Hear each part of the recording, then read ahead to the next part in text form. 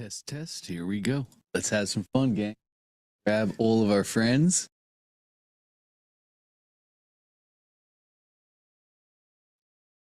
All right, there we go. There we go. Good morning, everybody. Good evening, good afternoon. Depends on where you're watching from today. Dante here, excited to be back with you guys. Let's get some lights on. There we go. Now we can see each other. Excited to be here, gang. Excited to do big things. Today is Friday. So today we have the expert session of the challenge. Just a quick reminder on how these sessions go for anybody who might be new. On Fridays, we have general coaching from 11 to 12, which is what we're going to be in this hour. You can ask me any question about anything you're encountering as you're going through the challenge. From 12 to 1, we have our expert-specific section of the challenge for experts only and expert-only questions. Typically, Russell is here for our expert-only sessions. Today, though, he's working on some really cool secret underground projects that we're going to get to see and use in the very near future. Can't talk about it because I promised him I wouldn't. Holy cow, how hard is it not to right now? I'm really excited for the cool stuff that we have coming out in these next coming weeks. So Russell will not be able to be here. However, I am still here to help you guys do big things. So we're going to start on from 12 to 1, expert-only questions. We may move through those expert-only questions very quickly today. And if we do, that's perfectly fine. We can open it back up to general coaching, any questions anybody might have. So having said that, if anybody has any questions about schedule, lineup, kind of how this works, feel free to put those questions in the chat. I'll be happy to answer them. Also, feel free to just raise your hand. And then you can ask me the question. We can have a physical conversation about it. If you have something you would like to talk about and you would like to raise your hand, at the bottom of Zoom is a little heart. That little heart is going to say react. If you click that heart, a pop-up shows up. On the pop-up, there will be a button that says raise hand. If you click that button, it will raise your hand, just like you can see your colleagues across the screen. And then we're going to get to speak soon. Ask me any question you have whatsoever. Let's get started with Charlie, and we're going to move down the list. How can I help today, Charlie? Hey, Dante. Doing well. How are you doing? Awesome, man. Awesome. Excellent. Excellent. I'm going to try to keep this quick. I got two things. One is a quick strategy question. So I've got the whiskey glasses. Here's the, I don't know if you can see it. Oh yeah, those look great, huh? Yeah, and then I got the decanter, which is here. Oh yeah. So finally got that, which is cool. So I'm raffling these off tonight. So that's exciting. But what I wanted to ask is to sell them, I was going to ask my community, I was going to do an opinion X poll and say, do you guys want bundle? Like, do you want a decanter with, multiple Glencairns with it? Or do you want it single? I was going to just ask the community what they want and then do whatever they say. And then my strategic question was, like, if they say they want, bundle, I could make a couple different like on one order form, I could do a product for each bundle, and then I could also do a V-curve with the Glencairns. And I was wondering if that's a bad idea, because then you have multiple. I don't know. Is that a bad idea? I don't know. I don't know if I'd say it's a bad idea. I definitely wouldn't call it a bad idea. Is it the best idea? I don't know. Typically, Charlie, the book of marketing would tell us the more decisions we have our customers make, the lower our conversions. That's why the power for years has been crafting your own offer. They don't have to decide, well, do I need this package or this package or this package or this package? You just say, this is the one thing that you're buying.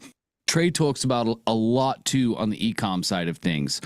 It's a one product, one solution, one funnel track of mind. Customers just answer one question. Do I want this product or not? The more questions we put in front of customers, the lower our conversions would typically go. This is what's confounding me, because I have two things to sell. Yes.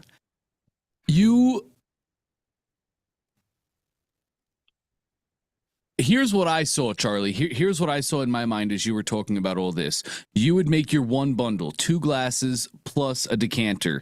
And then I would have a little disclaimer below my order form, or maybe right there in the order form. For custom packages, please email. And then if somebody wants something more specific or different, they would just email you. And then you're still going to have the sale, right? You're not going to lose the sale because they don't have the thing there. But that's another decision we add. So then I get cautious. Like, okay, if I throw that on the order form, are we going to have a lot of people reaching out to Charlie and saying, hey, I'd like 1 decanter and 3 glasses. And then they're going to throw off all your numbers and your inventory and your packaging, right? So my gut would tell me. How many did you buy inventory yet, Charlie? I did. I'll have 10 decanters to sell and like 68 Glencairns.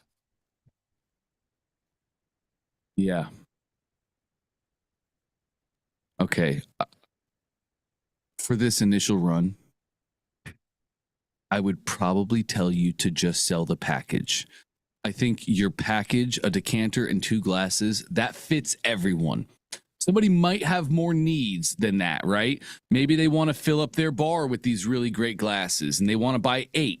Cool. On the order form, it says for custom packages, please email. They can reach out to you. They can say that they want 8. You can probably, I would imagine too, we're probably going to have enough motion that we can batch all the custom orders together.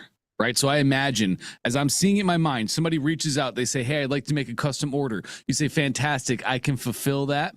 I have other custom orders coming in. So please just give me a couple days. I'm going to organize all of this and then we'll get those all sent out. We'll get them to your door in a couple days. That's probably what I would do in this circumstance. I would lead with the bundle. That's what we should do. I would give a 1-track, a 1-solution mindset with the option for them to email me for custom orders. I think that would incentivize most people to buy your bundles as you've pre-made them, and we're not going to lose sales on that. Does that make sense? It does. It does. Cool. I was thinking of that. The other possible way I could run this is have a V curve with the Glencairns and have the decanter as an upsell. You could. Yes. Or bump. Or bump. Yeah, I'd probably have it as a bump right there on the same order form so they can see the entirety of the package. Yeah, a bump.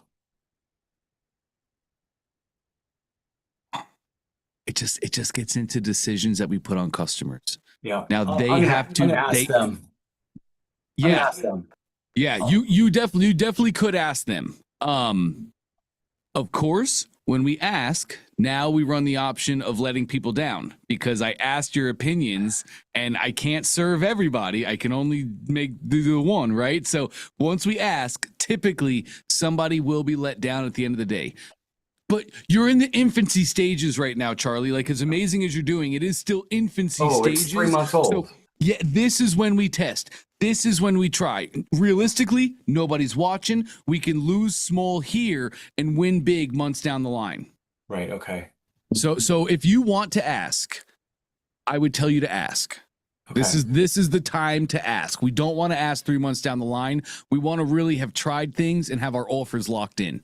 I could also just ask the council. If you're level 6 and up, I can ask them. You definitely can, Charlie. That's what I would do first. I would ask the council, and if you need more, then I'd go to the community. Okay. All right. That's the benefit and bonus. There is value to having like a board of directors, by the way, gang. People that you can trust their opinions and get these answers quickly. While I hate VC funding, boards of directors definitely do have good power for a business owner. Yeah, I mean, they want to be more involved as well. They're asking to be, hey, how can I help? So, giving them some decision-making power is probably a good thing. Yes, absolutely. Absolutely. All right, I'll do that. I'll ask them. Cool. I think that's a great idea. Can I show you a clarity concern I have? Yes. And I'm guessing that this will be good for other people too. Oh yeah, we want to see all things clarity. Okay. Okay, this is kind of weird. Oh, let me move this. Hold on one sec. So, yeah, my issue is here, and check this out. Like this is the last 5 days, and it's only been going on for so it's got some of my test data in there. When I go down to 4 days, that performance score, Go to 3 days. it doesn't look great. 2.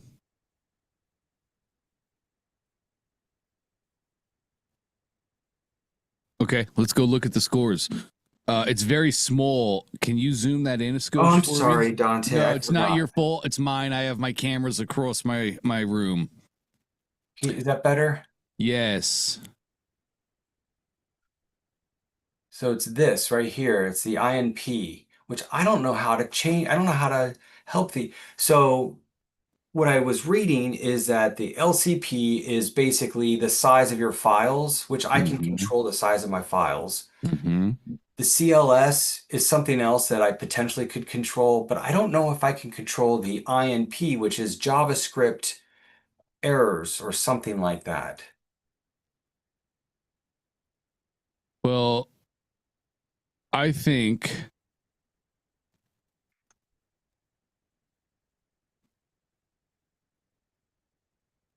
Mhm. Okay. Interaction to next paint, if I'm not mistaken, is them moving down to the next section. Is it okay? I mean, I don't know. It sounds good. I believe it is. Let me take a look really quick. I've not looked at this with anybody yet. Interaction next paint. I've got the little help up. Um, where was that? Here it goes. Often caused by heavy JavaScript execution and large rendering updates. Got it. Yes. Take me to your funnel, please. Let's see, it's this one. Right. INP data helps identify which user interactions on your site are slow, allowing you to pinpoint and address specific scripts or elements causing a poor user experience. First off, Charlie, as I was looking at your score, it was saying it was based off one page view. Take me back to clarity really quick. And you can see right below, let me get my little drawing tool. Come on. Right There here. you are. Yes, from one page view. So it looks like it's basing this score off of one person's page view. Oh, well, that's not a lot of data. It's not. So I don't want to be too concerned with Yeah, this right now, but you're being an amazing conscious business owner. So let's go to your funnel and let me show you exactly what would cause this. You're right. It comes down to file size. Let's enter the editor for that page. I assume it's the first page. Yes, it would be your first page. Okay. Uh scroll me down. There we go. Here's what I want you to do. Your image right here. Yeah, Have you compressed that image? I doubt it. I Sure. think it's a PNG, and I can compress it, right? Like that's easy to do. Yes, it is very easy to do, Charlie. And you guys are going to want to compress all of your images. That makes all of your images file sizes smaller and it gives you faster page load speeds. This Should is should I always use JPEGs? sure. Yep. You I can mean, do that. because that'll be small, right? You can definitely do that. Absolutely. We You know don't want what? to sacrifice quality, right? You have a great quality This of is so image. small. It's so It, small. it is. And I'm not super concerned about that score. I'm going to want to see more data, Charlie. Okay. I want to see that based off of more page views. This person could have had unbelievably slow internet, and Mm, that's why it's showing you that score. So okay. we need a bigger pool of data. Don't be too concerned. However, here's what we should all do in our funnels. We should all have our images compressed to Mm, make them the smallest sizes possible so we okay. get the fastest page load speed possible. Aside from that, click your image for me, please, Charlie. we're going to see a little tool right there called lazy loading. What lazy loading is, my little tagline is I love to say, is your funnel lazy enough? So lazy loading, you would make, okay, sorry, it's kind of hard to explain. Your top images on your funnel, the things above the fold, and above the fold meaning when the page lands, that's the first thing that loads, correct? You guys with me on that so far? Yes, I can see you guys. Let me see some heads nodding. Do you understand what I'm saying? Okay, great, great, great. So the top image will not be lazy loading. The top image will be just like this. Lazy loading false. I do not want my, what lazy loading means is any images that are set to lazy loading are going to load latest. They're going to load after all images that are not set to lazy loading. So my top images in the above the fold, the things I need to load immediately, are lazy loading false. I do not want my top image lazy loading. I want it loading immediately. Every other image inside of the funnel, I set to lazy loading true. Yes. So now what is happening? Sorry, 1 second. I get way too excited about this and I'm taking mist breaths. I've been doing it for weeks. Sorry. So when the top image is lazy loading false, not lazy loading, and all of the other images are lazy loading true, that means that your top image will be prioritized. It will load first. Then your funnel will load the other images on the funnel as bandwidth shows up. This is how you want to do it. Most people, when they land on a funnel page, they look at the fold, the top of the fold for 3 to 5 seconds. And that's all the time that you need to load in your first image and start loading the rest. So as they're scrolling, the images are loading in dynamically. Does that make sense? 100% makes sense. Never thought about it. Cool. So if you find that interaction to next paint, I think is what they called it, the INP, and that score is low, that just means as they scroll down, that interaction is bad. And that would be from your images loading in late. 100% makes sense. Cool. Don't freak out about it. Feel free to change everything on the funnel. Feel free to make any other images that are not in the fold lazy loading. Yeah, that'll help page load speed 100%. Beautiful. Beautiful. But aside from that, let's let more people hit this page. Let's get some more data on that. Okay. I mean, it's over pretty soon. It's over on Sunday night. So I wonder if I'm reading that wrong as well, Charlie. Full honesty. Yeah. It said 1 page view. And I just think you've had more than that. Yeah, we've had I've had about 50 sales, so right. 50. Yeah, it's pretty exciting. Oh, it's a great climb. And it's not even done yet, right? We haven't really hit FOMO or urgency or scarcity. No, it's funny because I went to a tennis tournament last night and I just posted this morning. I said, hey, somebody recognized my t-shirt, and they said, I like your t-shirt. And I said, oh, that's great. How do you understand what it says? And she said, she was a security guard. She goes like, I drink bourbon. I know what that means. So I posted that and I just got another t-shirt sale. Come on with it, Charlie. That's my man. Cool. That's awesome. That's awesome. Cool. I love that, dude. I love that. Thanks. Any more subscriptions? Yeah, I got about 16 now. So good, Charlie. Pretty cool. And just in case anybody didn't see, earlier in the week, Charlie launched this t-shirt out, and it was a little bit like, hey, sales aren't what I thought they were going to be. And it's been cool to watch over this week how every day they've climbed a little bit more. Charlie, I really hope you feel empowered.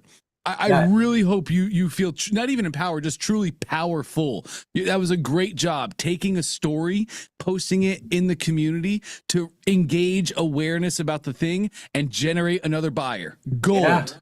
Yeah. And I will say I was really skeptical because especially after the second t-shirt didn't do very well. I'm like, all right, here we go again. But this has been much better. So good. So good.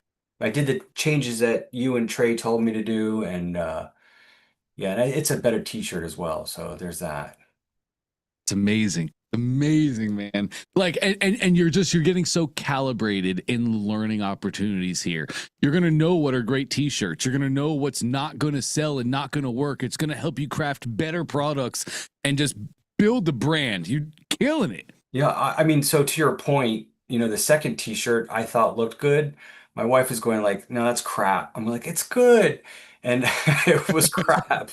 Um, but it turns out that I got a lot of feedback because I asked, "Why didn't you get the second t-shirt when you got the first t-shirt?" And I got a lot of feedback. Some of the feedback was, well, I don't really like the brotherhood type of concept for it all because it was all about because we were all rah rah and it was too brotherhoody.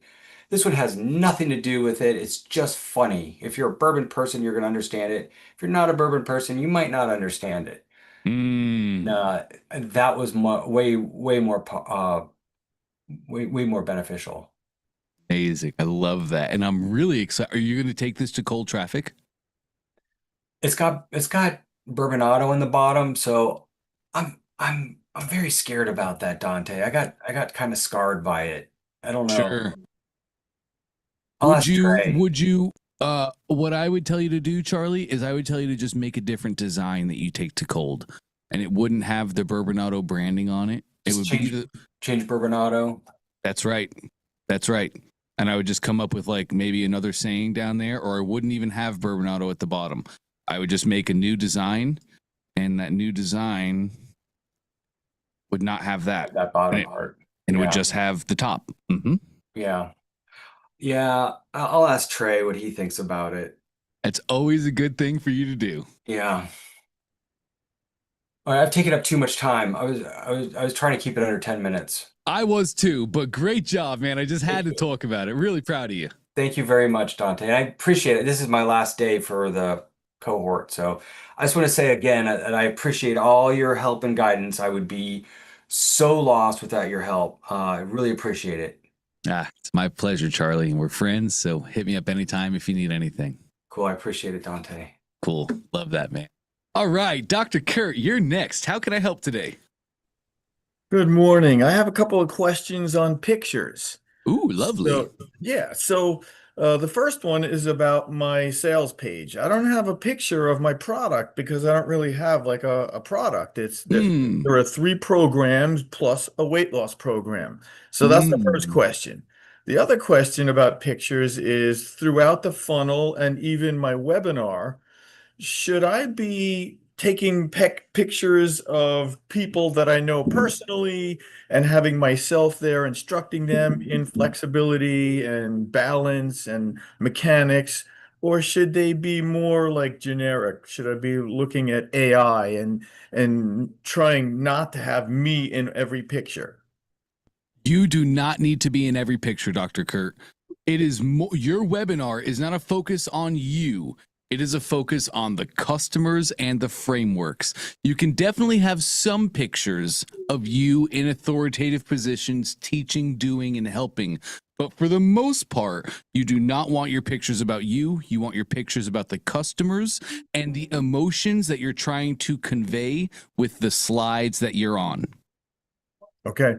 Have you ever seen Russell's famous slide picture where it's the young girl trying to drink out of a fire hydrant? Oh, yeah. I think he said, please don't use that. Everybody's using that. Yes, everybody's using that. So Russell could have taken a picture of himself and he could have had his wife spray his face with a hose and he could have made that the picture, but nobody cares about Russell. Like he knew that back in the day. He said they only care about themselves. So he found a great image that everybody could resonate with and it would move everybody emotionally. Which is true for that picture, but his picture is all over the place. Yes, in the right authoritative moments. Okay. When he's sharing what he's done, who he is, why he's here with you in the webinar today, that's where authority is placed. The rest of it is really going to be customer focused. Okay. Just to give you real solid assurity on that's exactly what you should do. Trey is redoing some of his webinars right now, and he's using stick figures. He's in like the first 10 slides where he introduces himself, what he's done, why you should respect and listen to him. Then aside from that, stick figures that everybody can resonate with. Okay. Nice. So your next question was really, really good about images. Man, Dante, I have a intangible thing. My offer is you can't see it, you can't feel it, you can't touch it. It's not just a book, right? So how do I make an image that displays that? This is called a mock-up. And this has always worked and it will always work. It's a great way to take your intangible offers or products and make them tangible. Like, for instance, the first thing you get when you go all in is 12 months of ClickFunnels Pro. Here you go. You can see he builds these as screens where he puts ClickFunnels Classic and then he puts the ClickFunnels software on a software box where now it becomes tangible. You get Traffic Secrets access. That's right here. He made another software box that gives access to Traffic Secrets. You get the Traffic Secrets swipe file, which I don't even know that he fully puts in here. Oh, Traffic Secrets access. Yep, that covers the swipe file. OFA VIP full access. So you're going to get the OFA VIP, which is boom, right there and right there. These are called mock-ups. They're apps. Conversation domination, the live traffic community. He puts that right here, right here. And then he also has some things in the mock-up that it looks like he took away from the stack, like a selling online access. Also the trilogy of books right here. But he, in my opinion, I think he just added these things to make a really sexy mock-up that would make his offer seem tangible. Does that all make sense so far? Sure. Sweet. So exactly what you're going to do. Is that created from scratch or are there templates for that somewhere? Great question. I am a huge fan. For the past 10 years, we've used a site called placeit.net. I put that link in the chat. You'll be able to see it once I'm done sharing here. This is placeit.net, and they have tons of designs that you can go hop into. They also have this whole thing, the entire assemblation of the image is called a mock-up. So if you go to Placeit and type in mock-ups, they also have tons and tons of mock-ups. I think we can even do, what if I do digital mock-up? Yeah, right. So there's a book that you can make. Come on. Oh, I just need to make an account with them is all. I'm not seeing everything because I'm not logged in here. Anyway, for what you can do is you can use Placeit to create your entire mock-up right inside of Placeit. Or what many people also do is they will use Placeit. Oh, there's my mock-ups. They'll use Placeit and they will create each individual image in Placeit. Then, so they'll create this. They'll go like to Placeit. They'll get the computer screen. They'll take their image. They'll put it on the computer screen. Boom, asset one. They'll make each asset in Placeit. Then we take them to Canva. Now we can move around each asset and we can make the exact mock-up that we want, designed exactly how we want it. Okay. Does that all make sense? Sure does. So good. You're a genius, Dr. Kerr. It's amazing. Okay, what else can I help with? Well, I'm planning to do regular, maybe not quite daily, but maybe daily short videos. Nice. Eric Thine. Eric Thane.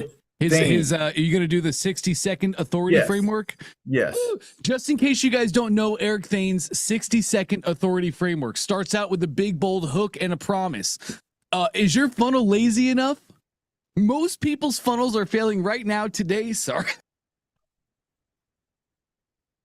Most people's funnels are failing right now today because they're not being lazy enough. Stick with me. I have 3 tips to show you how laziness is going to solve your funnel problems. And stick around. Number 3 is definitely going to shock you. Tip number 1, you go into 3 tips about the thing. And at the end, you hit them with a call to action. Right. That's my question, is the call to action. Nice. Since I'll be doing weekly webinars, is the call to action pretty much always going to be to go to the webinar? Because I've seen others where they say, give me your information and I'll send you a video or I'll send you this. So what should my focus be? I know the webinar is the most important. I love this question, Dr. Kurt. It's value ladders over flywheels. Value ladders over flywheels.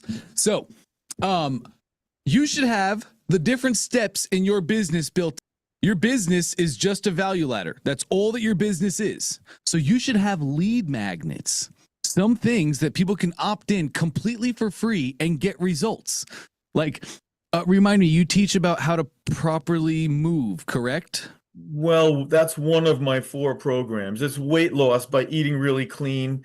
And you don't even have to lose weight. Just eat really clean, you'll be healthier. And then there's the 30-second stretch for flexibility, then mechanics of motion and balance. All of those should be their own lead magnets. So you should, maybe it's a pantry audit that you're going to do on how people can audit their own current pantries and find the problem foods that are causing their inflammation and irritation, and they can remove those. And that's free. So some of your content talks about eating, and you should push some of the content call to action will be to your free lead magnet. Some of the call to actions on that content will be to the webinar. You want to cross-pollinate here, Dr. Kurt. You want to have multiple. Some people aren't ready for a whole webinar. Right. This is value ladders. It's so important. Some people aren't ready to take an entire step and go watch your whole webinar, and they're just not ready. Maybe they're just getting into it and they just want to learn. They just want to be like, man, well, where am I going wrong? Do I even need this? I don't know anything about this. So you have a lead magnet, a free thing that they can get where they can go learn. That lead magnet then gives them a deliverable result. They're now educated on the food in their home, what they're doing right, what they're doing wrong. Now they're ready for a webinar. Now they're ready to learn the whole thing. Whereas if you just pumped them right into a webinar, they wouldn't be ready for that. They wouldn't have been pre-framed properly, and you wouldn't resonate. It would feel like way over my head. I'm not ready for this, and they'd leave. Does that make sense? It does, but how do you know when you're giving away what they should be buying? Like the information that's part of the program, I guess you can give little pieces of that away, but if I'm going to say, eliminate gluten, dairy, and sugar, that's a pretty big chunk of my, recommendations for the program. That's okay? That's okay. Okay. That's okay, because you gave them one staple of. So here's the deal. Don't be scared to give away massive value for free. Change people's lives for free.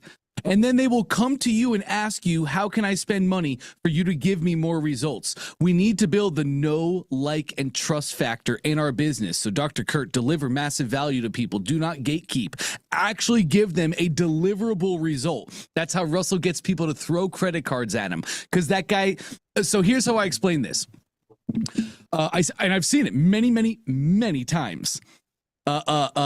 Russell goes to speak up on stage, right? The curtains open, the crowd goes wild. Oh my gosh, yeah, Russell's here. Russell gets up on stage and he does a 2-hand wave like the president of the United States, and he's got that just award-winning smile on his face, right? So as he's getting ready to speak, all of a sudden, boom, in the chest, hits a credit card. The crowd goes so quiet, you can hear it wobbling to the floor. Finally, when it lands from the back of the room, some dude, charge me anything. I'll pay whatever you want. Well, is that dude crazy? Did he forget to take his medication today? Did he get one too many COVID boosters? What's wrong with that guy? Or did Russell Brunson deliver so much value to him one day that guy said yes to Russell for free, and Russell delivered massive value and helped that guy take a step forward in his life? The most beautiful thing about value ladders, gang, when you help somebody take a step in their next life, take the next step in their life's journey, you introduce 3 to 5 more problems that they didn't experience down here. And guess who's there with a solution to those problems? Russell, Dr. Kurt, Taylor, Debbie, Charlie, Jacqueline, George, Julie, Vernita. That's how we play the game. Get them to say yes. And then when they say yes, deliver massive value. And that helps them take a step forward. And now they're ready to achieve the results at this next step, but they don't have the knowledge, information, training, or frameworks Dr. Kurt does. So we get them into this program. They get those results and they take the next step forward. And now they trust you. Now that's how you get credit cards thrown at you on stage, because that person trusts you so much that they will do anything that you say because you've proven to them that you deliver results. Does that make sense? Yes, it does. It's the number one thing I've seen stop people from just going ballistic and blowing up and going nuts. It is they try and gatekeep. They try and find the perfect blend of what's enough that I can give them where it's just barely enough for them to be happy with me, but I'm not giving away all my goods. Man, give away the goods. Give away the good. You don't have to give away the whole goods, but give away the goods that actually helps them take a step forward. It's the key to everything. Over deliver on the front end. Okay. Yeah, I think I remember hearing a description of the difference between a strategy and a tactic. Yes. And you give away one, but not the other, but I don't remember. You teach the strategy, you sell the tactics. So when Russell does a webinar, he teaches the strategy. You know, hey, you want to acquire traffic? Great. Step 1, identify 100 people in your industry or niche that you can use that already have your customers there. Step 2, craft your outreach emails. Step 3, email all 100 of those people your offer and opportunity. And bingo, just like that, you've generated traffic. He didn't tell you the tactics, right? He didn't show you what was step 1 was, identify the dream 100. He didn't show you how to find the right 100 people. Step 2, I said, was generate the outreach email. He didn't show you how to generate the outreach email the right way. He just told you the strategy. Right. Yes. Okay, great. Thank you. You got it. Any other questions, Dr. Kurt? Oh, I have plenty, but I've already taken plenty of time. There's plenty of other people. Cool. I'll get through those and we'll see. We'll probably have some time at the end. We can wrap back around to that expert question. Okay. Sweet. Great stuff. Okay, Julie is going to be next. How can I help this morning, Julie? Hey, good morning. Good morning. Okay, so I have a few questions, just like technical stuff. I have my Cool. Dante questions. I love that. I need to set a default currency on my workspace, and it's not letting me. So I guess I have to share, right? Share screen. Yes, please do.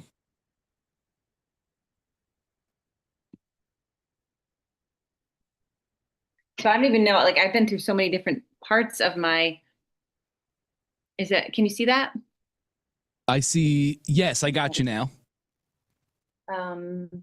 Yeah, and then it won't take the email I have so many technical questions. Let's, where do you want to start? We want to start with the email since we're here? Or Let's go to general. Let me start with that currency first. That's going to actually tell me a lot about how I direct you. Okay. Scroll me down to your payment settings. It's right here. Lovely. Oh, a little much. There we go. Currency drop down, please.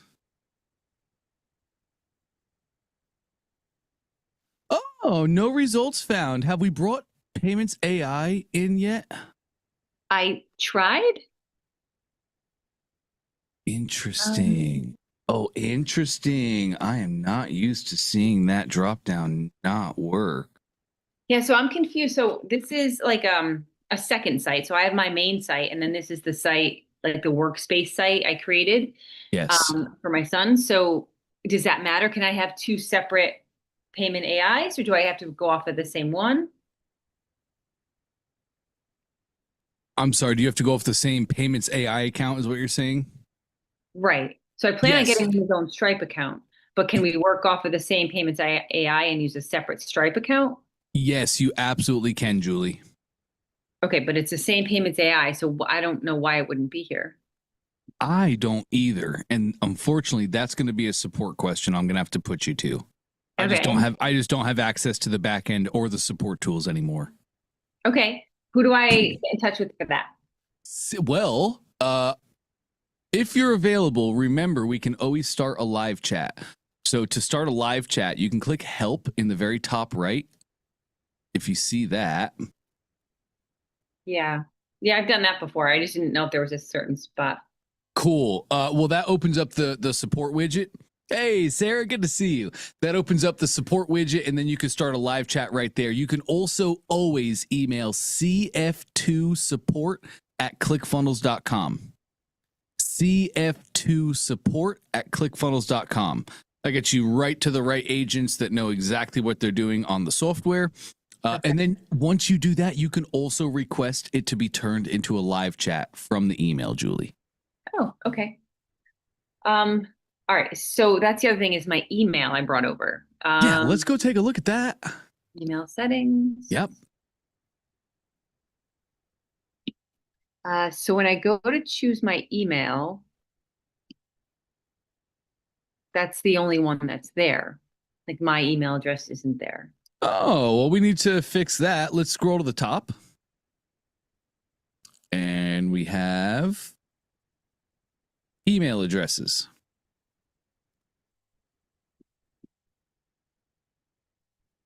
Okay, no reply at crema.com. But that's the no reply one. Where's my, like, just that by itself, right? It's actually Yes. it's support at.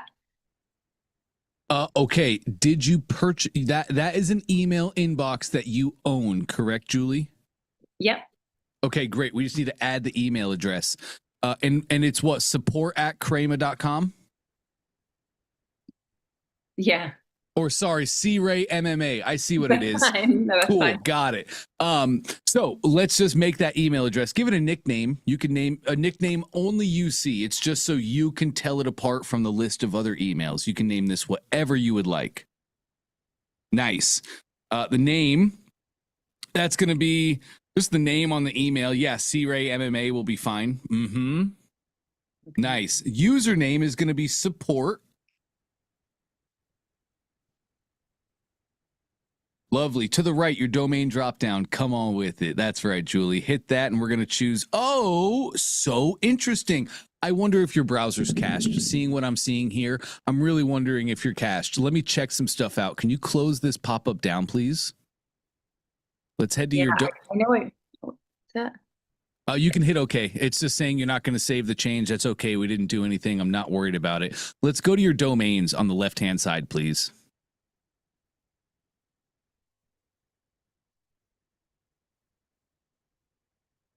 Okay, C-Ray MMA is not set up. I can see that status, so I think we're just going to have to fix this domain here. Shouldn't be hard. Click your domain, please.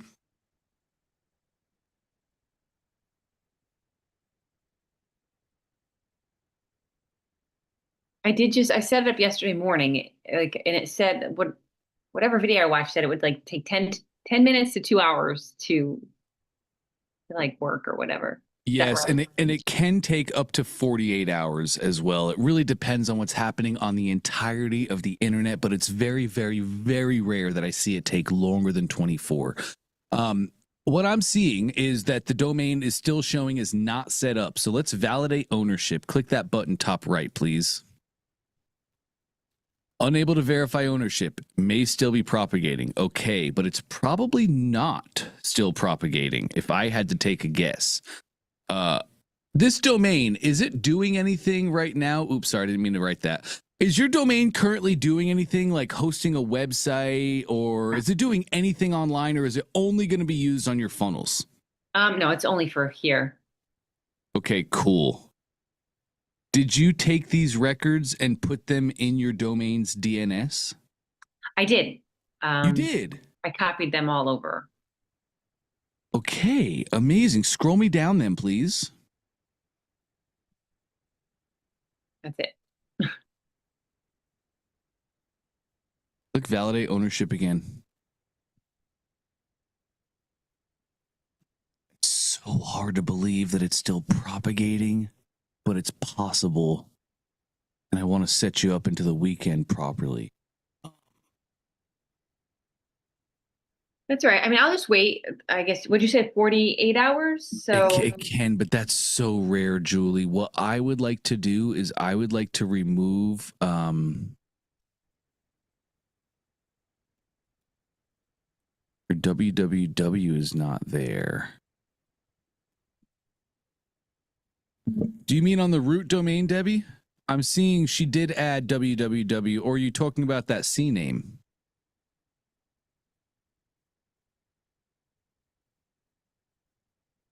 And Debbie said hers took over 24 hours. Okay, so there could be internet things happening. That is definitely a possibility. Can we go take a look at your DNS? If you tell me how. No, you're great, Debbie. You're great. Yeah, let's just go to wherever you bought this domain, C-Ray MMA. Like wherever you put the records into the domain. Yeah, that looks right. And just scroll me up. Let me make sure we're on the right domain here. Scroll me to the very top. Nice. CRayMMA.com. Fantastic. Okay, scroll me down. A C name. Okay, let me keep seeing those C names. www.CRayMMA.com. Cool. Next page, please. Thank you. Scroll me down past their ads. Okay. Then an MX. TXT is V equals SPF. You also have your D mark. Okay.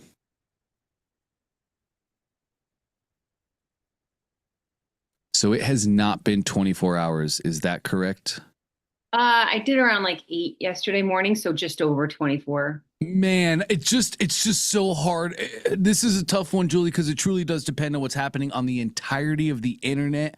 But it seems to me like this should have happened faster. I would like to try and delete your domain from ClickFunnels and use the automatic domain method. You did this manual, but we have a way to do it automatically. Are you cool if we try that? Sure. Cool. If it doesn't work, I'm going to have you get with support anyway about that payment method so they can choose your currency properly. If this doesn't work, they can always get in there with you and make sure everything is set up properly. And then it would just be timing. But let's give this a try. I think we can make this work right now. Remove the domain, bottom left, please. Go ahead.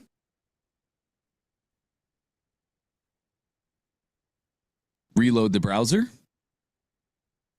And I just do it right here. Yes, that's perfect.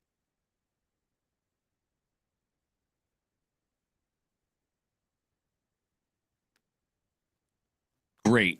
There we go. Close that little pop-up. In top right, we're going to click our button, Add Domain.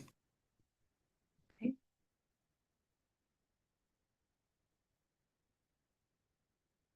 Use an existing. That's right. www.yourdomain.com.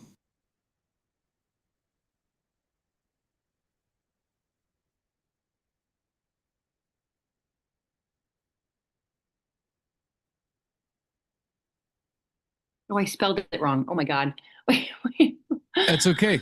It's okay. Watch this. There's a really cool way. Yep, we can fix all that. I think you hit continue. I think it's working. So this is my primary, right? Yes, primary domain, but let's edit. I did. You want me to edit again? Sorry, I think there's just a little bit of a delay on your browser. Did you click edit on the domain? Okay, you did. Nice. Nice. Let's put www in the front of your domain, www dot, and then make sure that domain is spelt properly.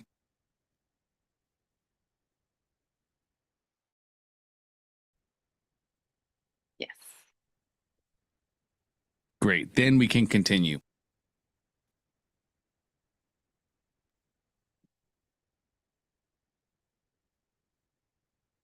Primary domain. Great. Give this a second to load. We're going to do automatic. Automatic setup. Great. Okay. Yes, we can keep that redirect on because it's your root. Go ahead and continue. Bottom right.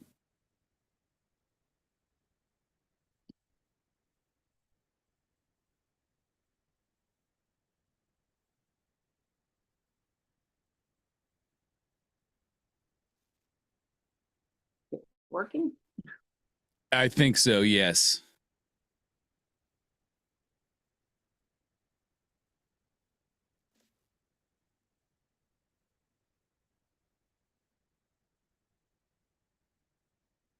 Good, Karen. I love that. I love that, Karen. I've been wondering. I've been curious about you. I'll be looking forward to seeing you on Monday. Hey, Karen, did you have an issue where you ran a split test and it looked like your traffic was affected? Was Yes. that you? Yes, it was me. That was you. Do you remember Yeah. roundabout the date that we worked on that? My God, that was like 2 or 3 weeks ago. I don't remember. Yeah. But Oh, I mean, I think we undid it, and then it's like it all got frozen. So that's why I'm getting back on it. My life's been crazy, so but I'm not quitting on this. that's right. We're absolutely not quitting because we have big things to Yeah, do. yeah, Karen, if you happen to remember roundabout what yeah. date that we worked together on that, I'd love for you to shoot it to me in a Facebook message. I have engineers waiting to look into that whole thing. We're going to do a deep dive on it. I've just had a really hard time finding that session that we did together. I've hundreds of hours I have to comb through. So if you remember the date, shoot it to me in a Facebook message and we can hit the ground running on that on Monday. Okay, perfect. Will do. Thank you. You got it. Great to see Nice you. to see you. Bye. Hey, John, this starts at 11 a.m. Great question. From 12 to 1 is when we do the Russell expert session. Russell, unfortunately, is not here today. He's working on some really cool underground stuff that we're gonna get to see and use in the very near future. However, from 12 to 1 is when Russell would normally be here, but these open up every single day at 11 a.m. Eastern. So we've been going for a couple of minutes here. Look at you. You're a genius, Julie. Thanks. So they just sent you a code to your email. Yep, just grab that code. And for anybody adding domains, I'm a huge fan of this automatic process. It just does everything for you. We don't have to copy and paste records over and make anything. ClickFunnels will communicate with GoDaddy, and we will go in there and make all the records, do all the things. This is my favorite process, and I normally see domains verified in like 10 minutes when doing this. Having said that, domain propagation does depend on the entirety of the internet that day. So it definitely does take longer sometimes.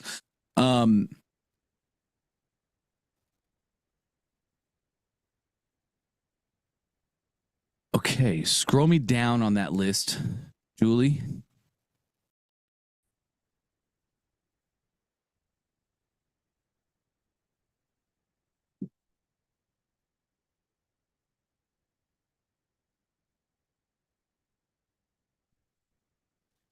And that's it. I don't want manual. I want automatic. Click forward instructions to a colleague. Let me just see what happens here.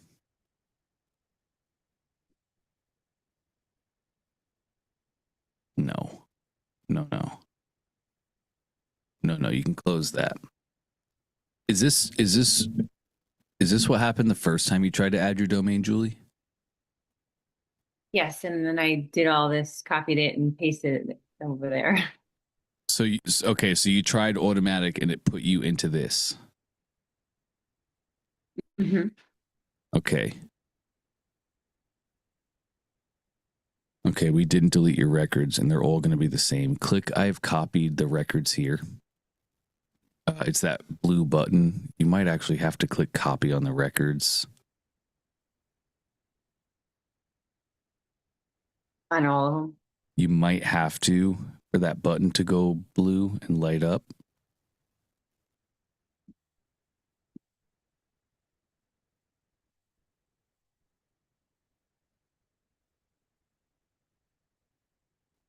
Nice.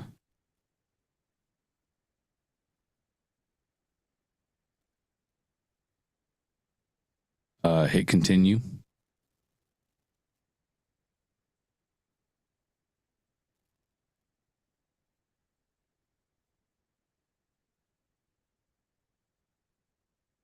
Let's see.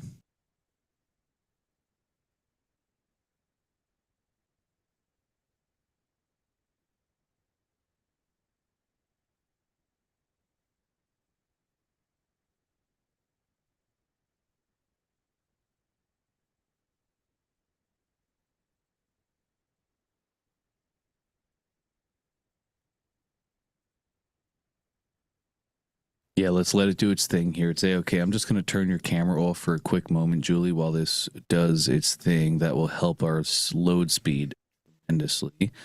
I'll stop mine as well. Cool, it just opened up a bunch of your bandwidth. A lot faster. Just in case you guys are ever on a Zoom meeting and you see your browsers acting slow like that, it's not your fault. Zoom just puts quite a hefty load on your devices. Just turn your cameras off and you're always going to move quicker. All right. I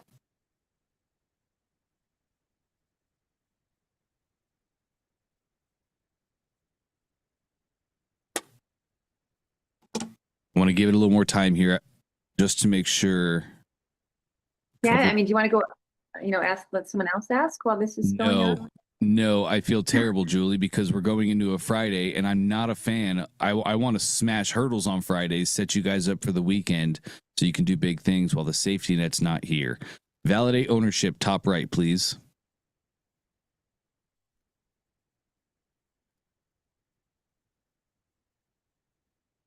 Not worried about that. This is all so fast.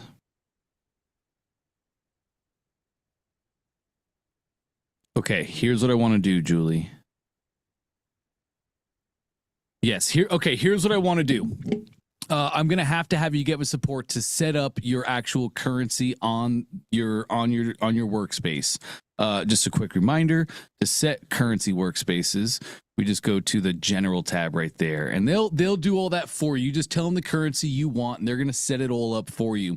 While you're with them, I would also like for you to have them look at the domain here. It's been, by the time you get with them, it will have been 10 minutes since we've done this, and they should have enough there where they can start looking up records. They can see what's going on and help you get that rocking and rolling.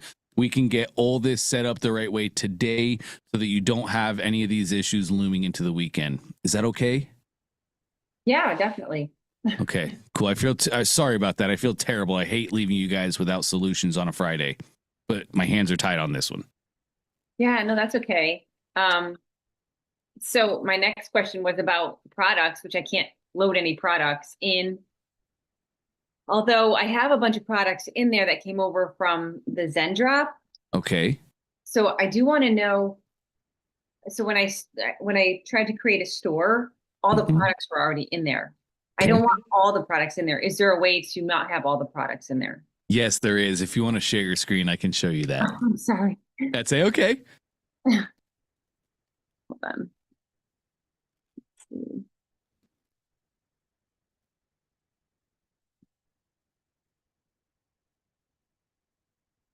Okay. We'll exit top left. Lovely.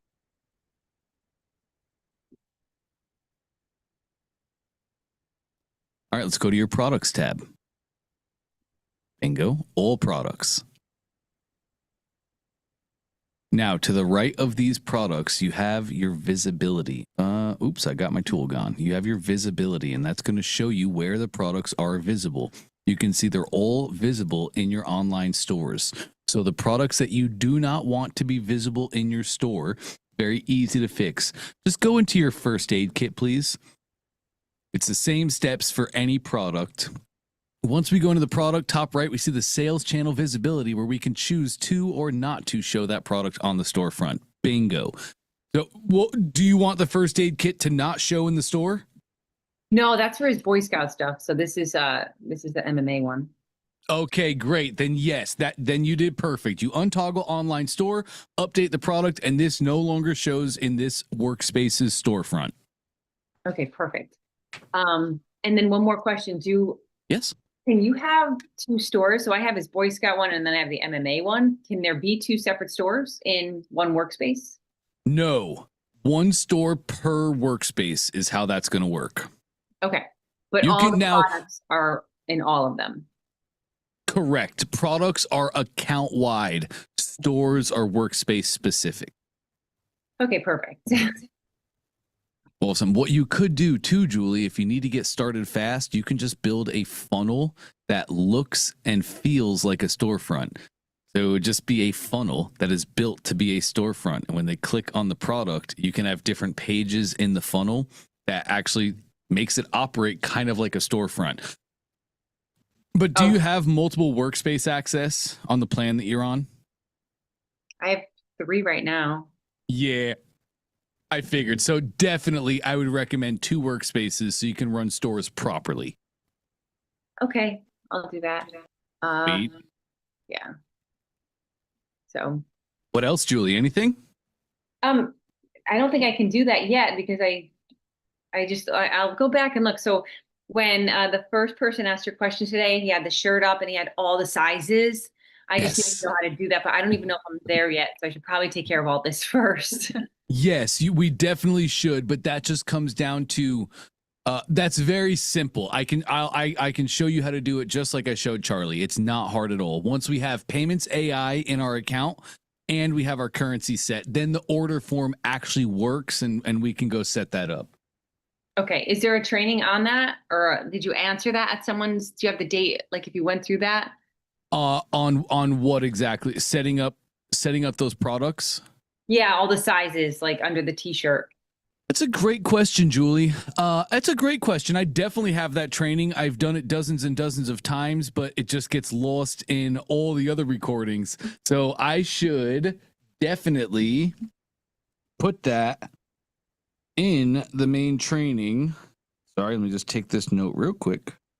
Yeah, if you can find the date you did that training, that would be great, because then I could just go look at that. That was my goal for the weekend, was to get all the t-shirt sizes in and everything. Mm-hmm.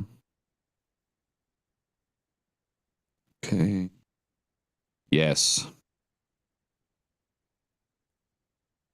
Okay. Amazing. I don't have that recording handy, and I can definitely make one, but don't worry about that, Julie. Let's get set up over the weekend, get over these little hurdles, and then I'll just show you. I'll do it with you on Monday, so you know exactly how to do it. Okay, perfect. Thank you so much. You got it. Do you know how to make a ticket with the Payments AI team so they can help you make sure that account gets set up and put in ClickFunnels the right way? I do not. Okay, let me put a link in the chat for you here. I'm terrible about this, gang. Honestly, I'm terrible about this. Payments AI is super powerful. It gives us a lot of great tools and capabilities. I've done none of it. I just hook it up so I can make money, and that's as far as I go. So I'm a terrible example in this case. If you guys want to hook up your Payments AI, just get with the support team. They're amazing. They can answer all the questions, make sure it's done right the first time, so it just works. Well, that's why I was confused, because I hooked up Payments AI and I already collect payments on my other site, my other workspace for my fitness business. So I just assumed it would work over here, and it's just not. So yes. Payments AI team can solve all that. Easy peasy, Julie. All right. And you said it's in the chat. There we go. Yep. Got it. Okay. All right. Perfect. Thank you so much. Always a pleasure. Great stuff, Julie. All right, gang. And look at that. 12 o'clock on the money. Fantastic. Got some other prime movers rolling in here. Good to see you guys. Good to be with you today. So we're going to roll into the 12 to 1 portion, the expert portion of our training today, or our coaching, I should say, specifically. So if there are any, it could be, Evan, it could be. If there are any questions from experts, please put a 1 in the chat. I know that there's a lot of hands going across the screen. Some are experts, some are e-com, and I don't want to just put your hands down, then we lose the order that you guys raised hands in. So do me a favor. If you're an expert that has any questions about your expert track, your one-to-many presentations, your offer, your customer, your positioning, if you guys have any questions like that on the expert track, put a 1 in the chat, please. Nice. So far, I see Kimberly, John, Sarah, and Catherine. That's the order I'm going to start with. But if anybody else has an expert question, please just put a 1 to the chat so I can make sure to add you to the order and answer your question. Kimberly is going to be first. Good morning, Kimberly. How are we? Good morning, Dante. We are doing well. I'm not sure if this is my last time, or I might just have to sign up again, because Taylor is telling me that I need to have a store. So that's a whole nother thing, right? So I'm like, okay, let's do it. But that's a whole nother thing. So I just wanted to ask you a couple of questions regarding some strategy, right? So I think right now I have Stripe. I don't have Payments AI, and they said, ClickFunnels said that you can just use Stripe. And so that seems a little easier to start with for me. So I'm going to start with that. That's correct, right? I just want to verify with you, right? You can do that. Sorry, I'm just making a comment. I think so. Sorry, Kimberly. I'm not a big fan of giving out information I don't know to be 100% true. I think you can use it. It just seems a little bit simpler. Payments AI is like whatever you register, like let's say you register as a sole proprietor and then you change it to an LLC. Yeah. Payments AI is like you can't change it once you register with us. So I don't want to mess around with that. Yes, you can. Yes, you can. Oh, they just told me that you couldn't. No, you can. You can change from sole prop to LLC. Yes, you can. Okay. Okay. All right. Yes. All right. So go ahead. Let me see. Give me 2 seconds. Let me try and find the right info. This will take no time. Okay.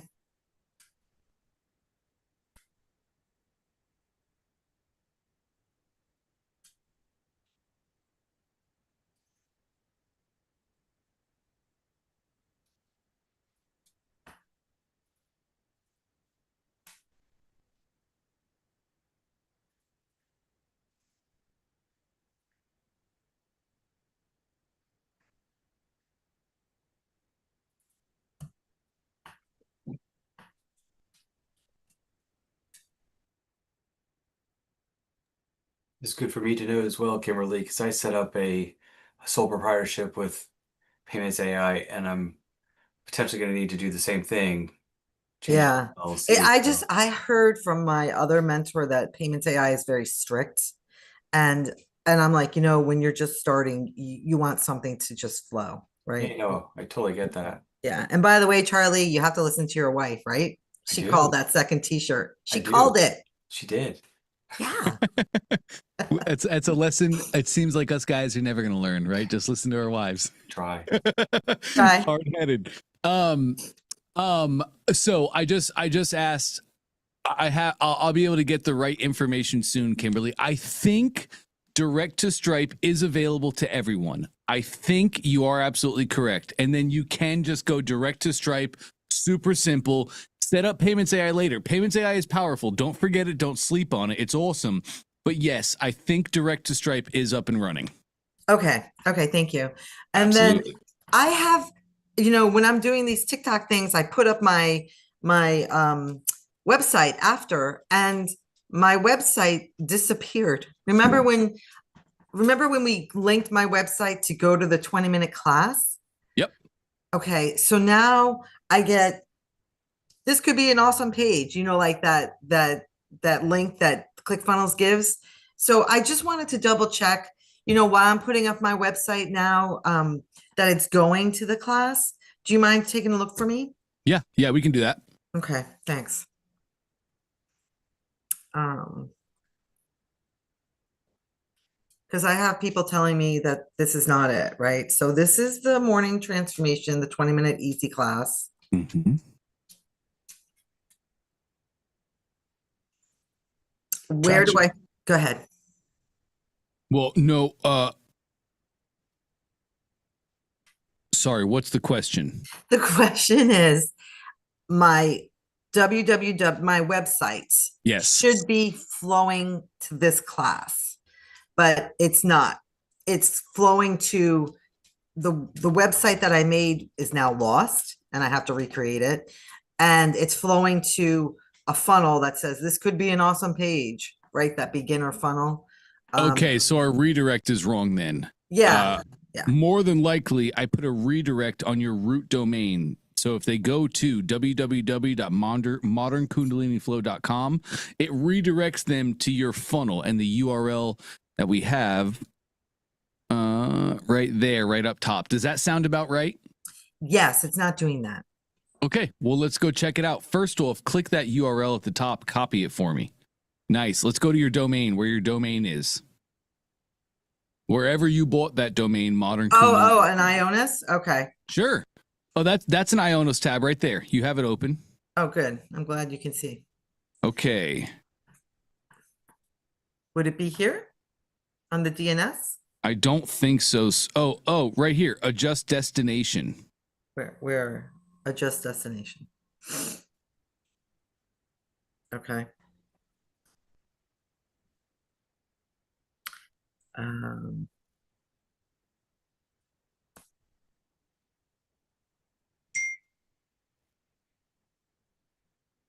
Forward domain.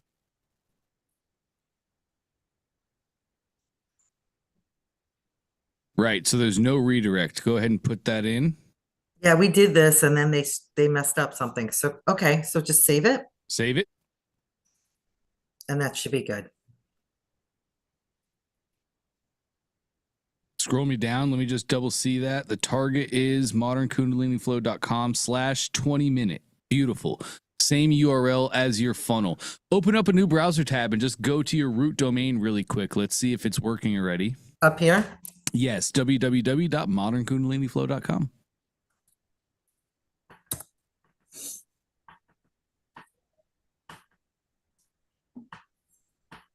Okay, this is just the redirect not being in place yet. This is probably going to take about 10 minutes, but this is what you want. Okay. Yep. Okay. Okay. And then the last thing I wanted to ask you was for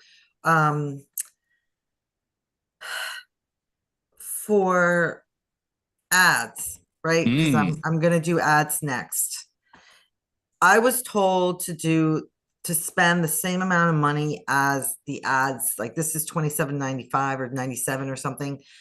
I was told to spend that money per day while Meta is learning it. Yes. So is that right? Absolutely. 1, 2, or 3x the product price. Absolutely. Okay. And then do you mind giving me that link? You sent me something for creating the ad, and I was told that you can link up like 4 different reels that did well to, Instagram or wherever to start it.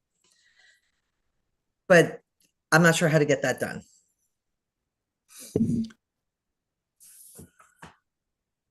I think what I sent you. I just sent you to the Facebook training, correct? Maybe. More than likely I did. Here's how I always teach people how to learn about ads in Facebook. Go to the link I just put in the chat, facebook.com/business/learn. That is the Facebook training on ads.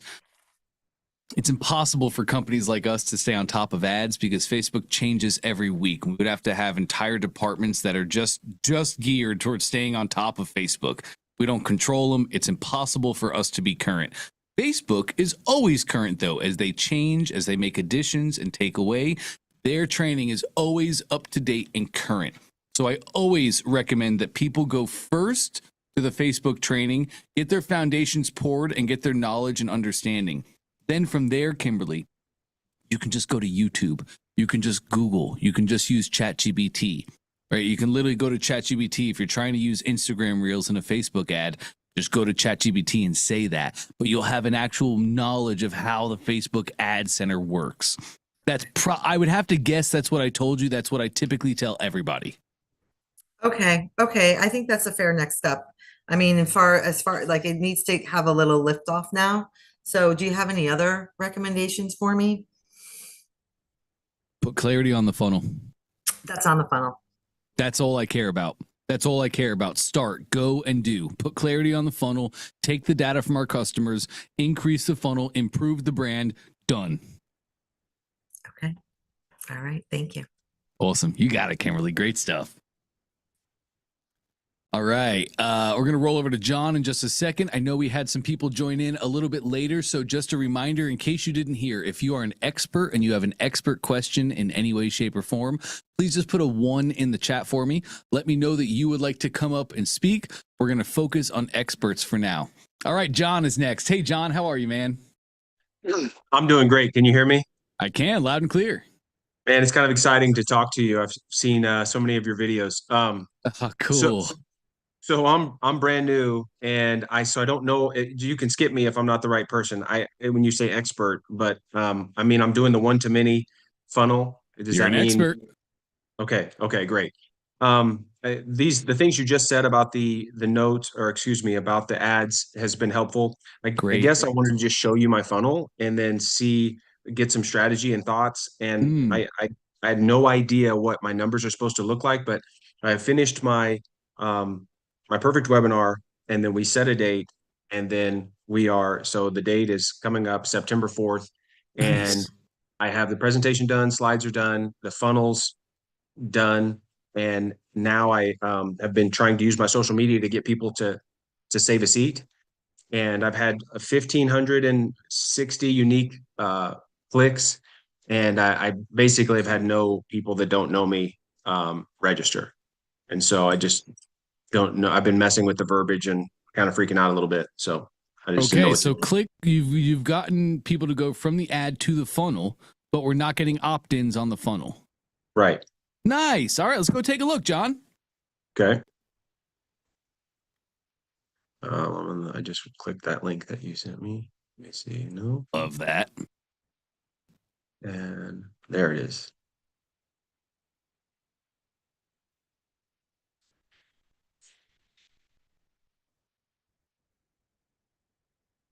Can you see it? I can, loud and clear. Nice fold. I like that. I've actually changed it a little bit. So this is kind of inaccurate because I freaked out and I took some of the words away. I got on the phone accidentally or on a Zoom call accidentally with Vince on the alchemy. And he read the funnel just to be nice. He goes, let me look at it. And I had more words on there at the top. And he said I had too many concepts going on and that I should make it simpler. And so I've just been racking my brain on how to simplify it. And it's been kind of hard, but I like this copy. I'm also a big fan of the longer copy that Russell gave you there. It's a lot more descriptive, and I think we're hitting the thing that I see a lot of people hit. Who is this for? Who's the customer? okay. How to stop living on autopilot and start living a life worthy of your calling without fear of failure or knowing where to start. Learn to ethically earn more income, meaningful relationships, and freedom. Who is that? So remember, we have the three major markets, John: health, wealth, relationship. And this is not leaning into any of those three major markets. This is not really positioned in any way to any customer. And I would imagine that's why we're getting such a drop off. So in your ad, who are you targeting in your ad? Who's your dream what's your ad target? Yeah. Let me make this bigger so I can see it. Yeah, I guess not targeting well. I think that's you nailed it. I don't know. I don't know if I'd say that. I don't know if I'd say that. It all depends. Let's assume your targeting is good. Who are you targeting? Who are you trying to put this ad in front of? Okay. Well, the avatar that I've been messing with and using ChatGPT and different things is like typically like 25 to 45-year-old people that are they feel a little bit stuck or like they're settling, like they're just years are going by and they're getting older and they're not where they thought they would be. And they so there's a discontentment and I didn't know if I should just go all entrepreneurs because entrepreneurs can feel this way a lot, but also people that are in a job that's not as fulfilling as they thought it would be. And I also put in there faith-based because I've toyed with that. I work in corporate America, so I can't talk about my faith a lot. So my message and the way I coach and teach will land on just strictly professional basis. But my passion is to help people that are faith-based in this boat, because then I can unleash a whole lot more of who I am. And so I thought about niching down to more of a faith-based person that feels stuck and wants more out of life. But I didn't know exactly how to do that. Yes, and I don't know if I would niche down just in faith-based here. I think you hit the nail on the head. You are a faith-based person, and faith is in all of your messaging, right? Like your brand is going to imply your faith. Like, for instance, on the adverse, I have a buddy who is a smashing business, but it's not an ethical business I would ever run myself. He teaches people how to do better on Tinder. Right. And when you look at his funnel and his terminology, there is no faith-based anything inside of his funnel, but he's not looking for faith individuals, right? He's living on that other side of the road. You're not. So your messaging and your branding and your wording will really imply the faith-based. I think we need to target the actual customer. So like your headline, how to stop living on autopilot and start living a life worthy of your calling. That's fantastic. Let's just niche it down to a customer though. How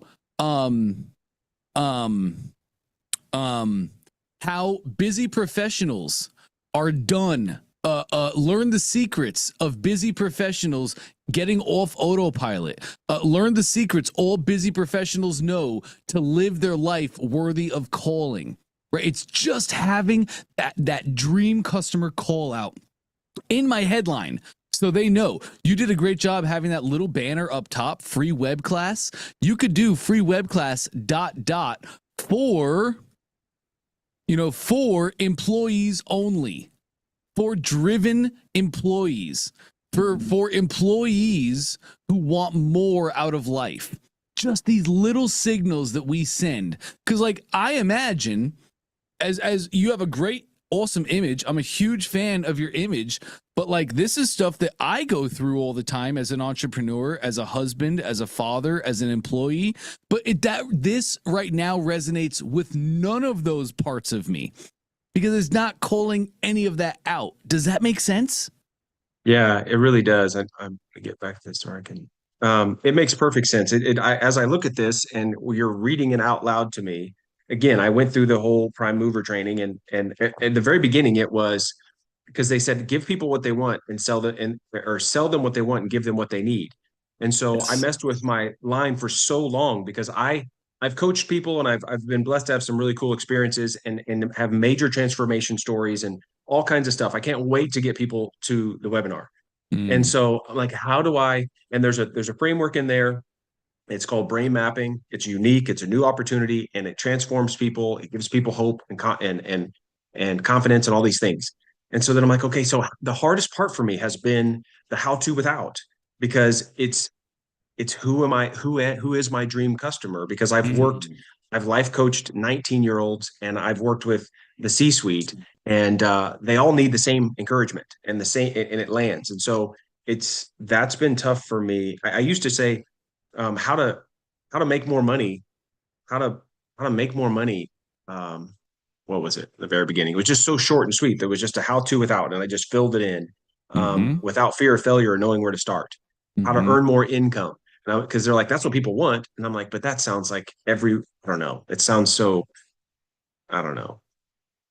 So I guess I'm struggling with my dream customer. I mean, should I just choose driven employees or entrepreneurs? And should I use the word stuck? Does that limit me too much? You said use the word stuck? Yeah, like I was messing with how to get unstuck and earn more income without fear of failure or where to start. Like, is that niching it down or not? I wouldn't say so. I don't think so. I think niching it down will be better. Free web class ... for entrepreneurs and driven professionals only in all caps. Okay. Reject the nightmare customers. Speak to the dream customers. This is a really great question, John.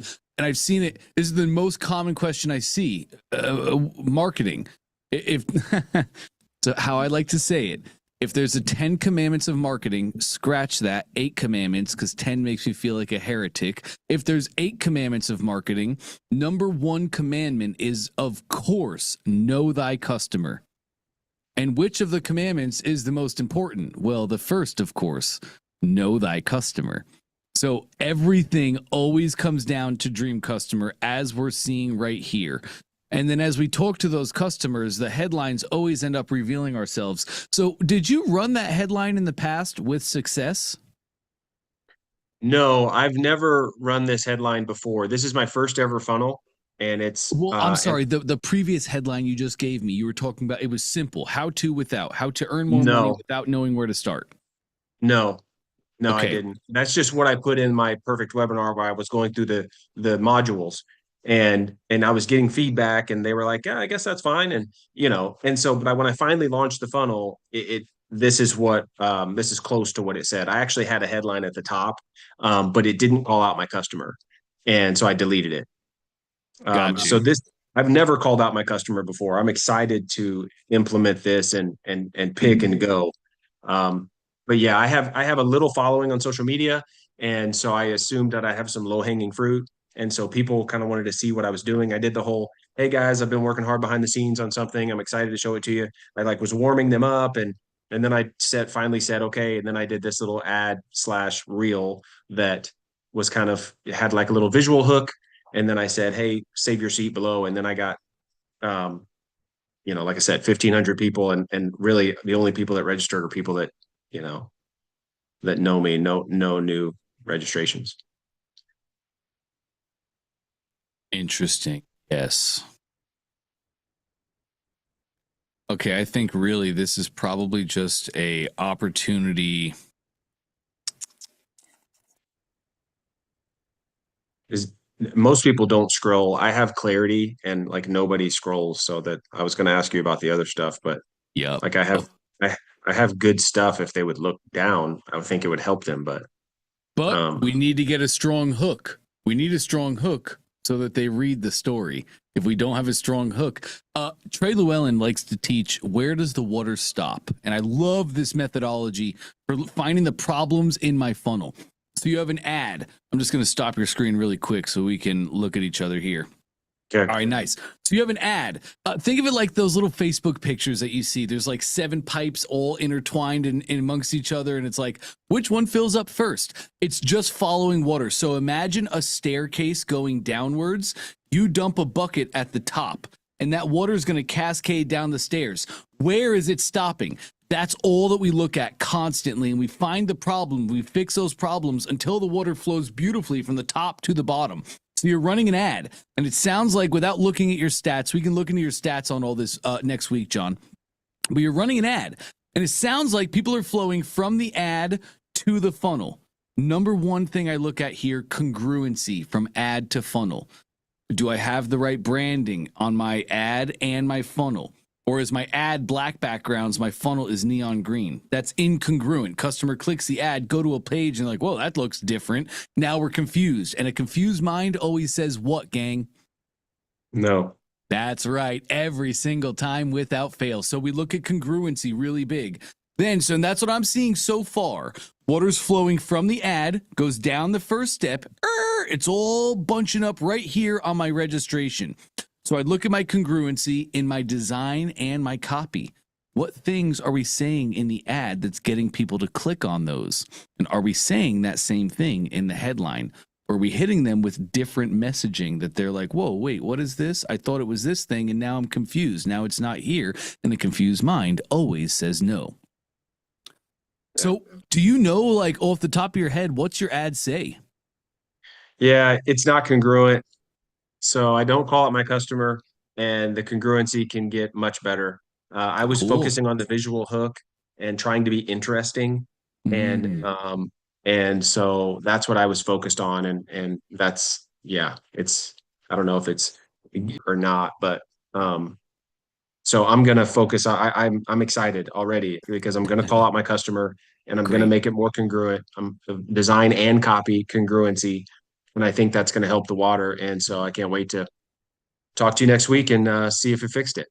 Yes, that sounds amazing, John. Right on track. Do you have, and you said you do have Microsoft Clarity on the funnel? Yeah, I'm still learning how to use it. I've got a tech person. So okay, cool. We work together on this stuff. Well, that's amazing. I love to see that. Clarity is quite a tool. Are you using Clarity's AI to summarize your recordings and find insights? I haven't yet. I've only done one. I have not done it, the webinar live yet. You mean the webinar? No, the registration page. You have Clarity on your funnel. So that means like the heat signature. Well, there's heat mapping, which is valuable, but your heat mapping surely shows a lot of green at the top and then red everywhere else because they're not looking down. I want the screen recordings. Share your screen, John. Let me show you how this works. Okay.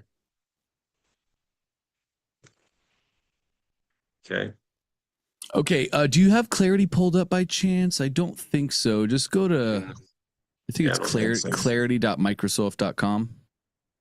Okay, let me see.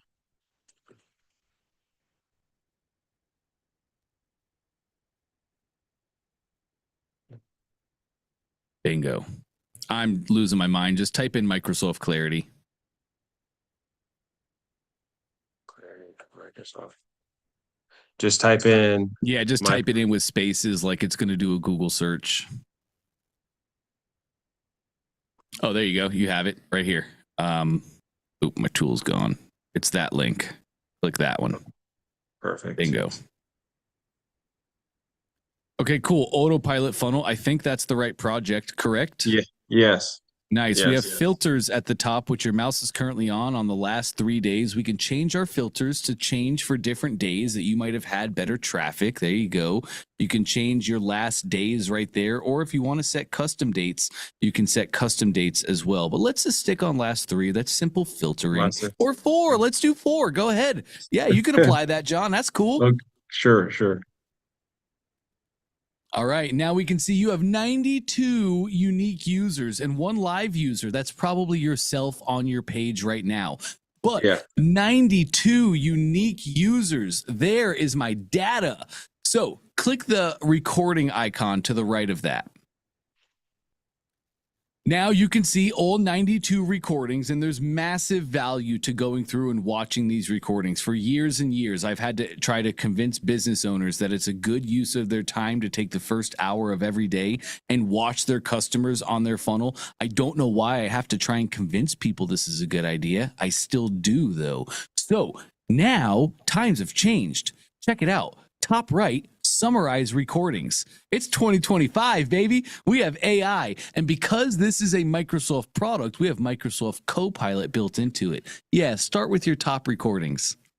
This is now Microsoft Clarity is going to pull your top recordings. In your case, you only have 94, so it's just going to run through all 94. Clarity just watched all of your recordings. It's going to show you what is good, what is bad. Do more of what's good, do less of what's bad. Every day, I want you to do this, John. This is how we take our initial traffic and leverage what they're showing us to get our funnels flying right from the start. Okay. So it's so successful achievements and then unsuccessful attempts. Okay. Key takeaways. Okay. So just do this every day and then read that. So that's exactly I haven't had 94 total, right? Like this is, I thought that, like total, I was over like 1,000. I don't know where to look for that though.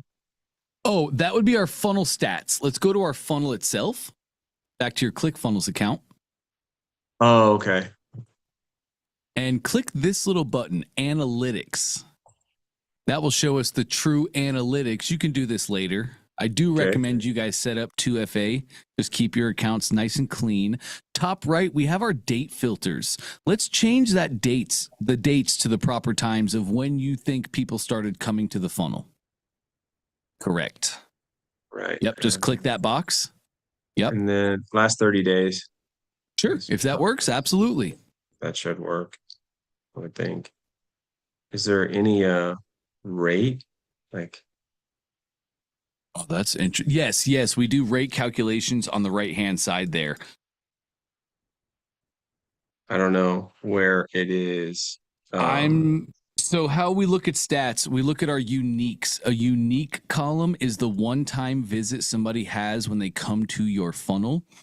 Anytime they come after would be recorded in the all. So if like somebody comes 3 times, the first time they visit your funnel, it will go in the unique. 2 more will go into the all. The uniques gives you the true view of who's actually gone to your funnel. And what I'm seeing right here is that we're having people moving through the funnel and they are getting to your order form. 3 people got to the order form. But you're telling me no registrations. And I'm seeing in Clarity, I'm seeing 94 people visited your funnel on your Clarity. And that's way more than what I'm seeing here. We have our 30-date filter set on. I think we need to update your stats is what needs to happen, John. Our tech support team can definitely do that. And I can show you how to get in touch with them after this. But this. Yeah, because this was very confusing to me. Yeah, I'm glad that there's something off. Yes. I think we're going to have to reset all those stats, John, and get them repopulated because, like, You tell me thousands. I hear people say things all the time that aren't true. I've seen enough, though. You are telling the truth because I have 94 clarity recordings, and here are my stats. I'm not seeing numbers even close to that. So we're definitely going to have support reset those. You're right. And that's like in the 94 from clarity was the last 4 days, right? Correct. Yes. And we're looking at last 30, and I'm seeing 9 people. Yeah. So that, yeah. Anyway, so, okay. So just wherever I need to go, I'll fix that. I don't want to take up more of your time, but thank you. Button in the top right for me, John. I think I would put this. Oh, yeah, that Zoom thing's probably in the way. Get my ugly mug out of there. There we go. Help pop-up shows up. Now you can go to this search bar right here, and you can just say, speak to an agent. And then you can say, start a live chat. And this will get a live chat agent on your case right there immediately. Nice. It's going to say routing you to an agent. Nice. There you go. Oh, cool. I think we changed this. Contact support, please. Nice. There we go. Nice. Yeah. Great. Technical. Yeah, I've done this. Okay, cool. Great. And then this will route you right to a live chat. You can share everything with them. I would love for you to, if you have, do you know how to use Loom and make videos?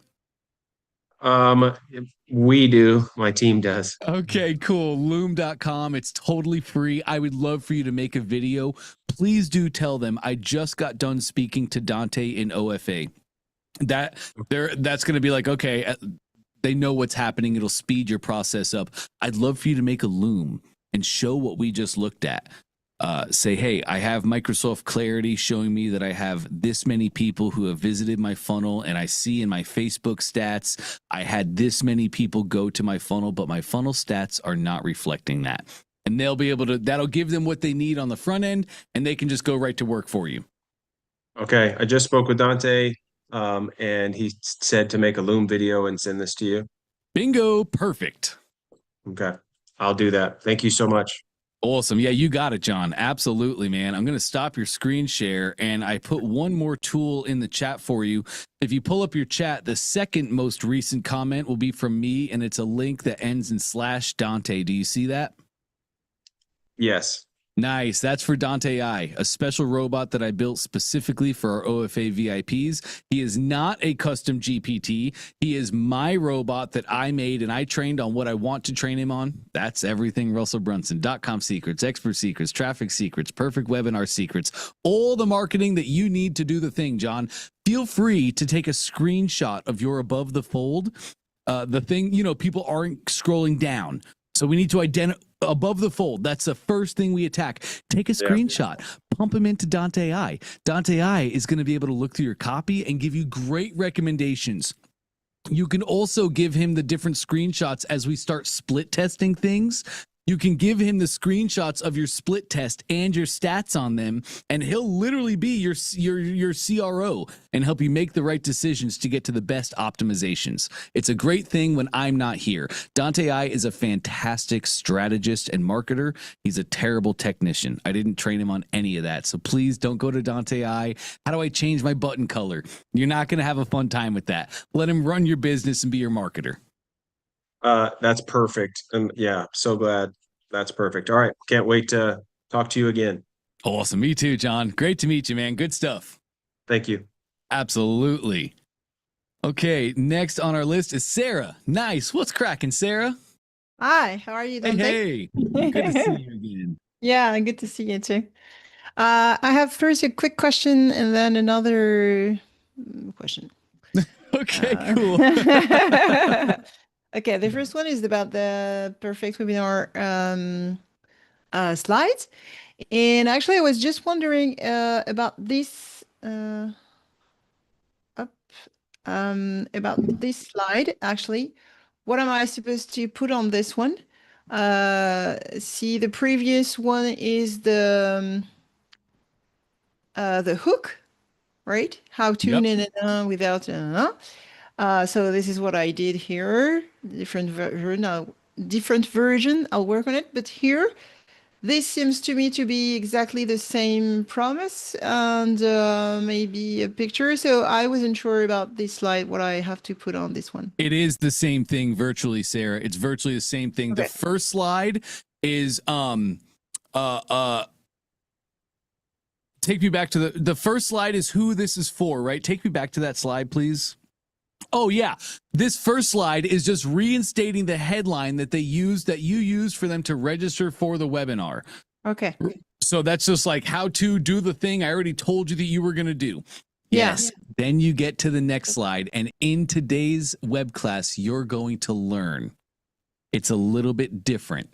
It's not just your headline. It's now teaching what you're going to learn, like your 3 secrets, for instance. Yes. Okay. We're building. I love this question, Sarah. The thing about Perfect Webinar Gang, and I went through this when I first started it, and I think everybody has gone through this when they first started webinars. It feels like it's saying the same thing over and over again. And it's not. It kind of is, but it's saying it different ways. The most beautiful thing about Perfect Webinar Gang is it hits the right beats all at the right time. So by kind of reinstating these things in different ways, it just keeps the tempo beautiful. Hey guys, welcome to the web class today where you're going to learn how to do this without encountering any of these things. And in this webinar, you're going to learn secret number 1, secret number 2, secret number 3. All right, let's get into it. Okay, great. Nice. Okay. Because I was wondering, because for me, in my promise, there was 3 things they were going to learn. So I thought it was the same, and it's not the same because I've just discovered I've worked a lot these days and these weeks. That's why also you didn't see me. I was working. I knew it. And and I have a really breakthrough. Actually, I've realized that what I was doing, and this is going to be my second question. It's about the second question is going to be, what are the pages I have to use to get them to my perfect webinar from the website or from the other ways? Anyway, so I'm going to ask you about this, but I'm going to tell you why I'm asking this to myself. Great. So this is my inside of my a training, actually, and I had realized the first time I had 3 different parts which were from my 3 avatars. Remember, the teachers, the parents, and everything. So the thing is, all the trainings I had, it was a lot, and I just wanted to have just one of them. And it was very hard when I was taking this from who you are, if you are a teacher or a trainer or a parent. Then I realized I had started to do it by the offers and the trainings I had. And first they do this. This is the value ladder, and this other one, another value ladder I had. So it doesn't mix. It doesn't go together. And I've listened to Russell's, and in the beginning of the training, I don't remember if it was OFA or a challenge or Office Secrets, but it just tells us, you do things during you solve problems. What is the problem you are solving? And yes. I realized I wasn't using my value ladder through the problems. And as you see now, I have 3 steps from the 3 problems I solve. First of them, the second and the third. And then I was able to just do everything to change the titles of my training and the parts of my training, and it simplifies everything. So I could mix everything up, and I could tidy everything up. And then inside of each space, which problem do you have and what did I make for you to solve it? So the problem-based thing really helped me to see clearly everything and to put everything in order. So here you have these problems, this big problem, and the small problems you get. Here is what you get and how you go to it. And it's so, so incredible. Because, sometimes you hear trainings and you hear things, but you don't realize there is a thing you're missing. So I'm just sharing with all of you if it can help also, because this has been 3 years or even more that I was with all my stuff and I didn't know how to put them and how to say, you can buy this and you can do this. But just when I use the problem-based things, my value ladder is very clear, I can communicate. And then I was able to solve the slides. What do I use? And then I realized I've listened again, and I've realized this is the promise I make. Okay, this is the problem I solve. Okay, and the three secrets then are three frameworks, and I've listened to that so many times, really, and I don't know why, and I never got. I can share these from this framework and this framework and then this framework, because now I know what problems I solved, what are the steps.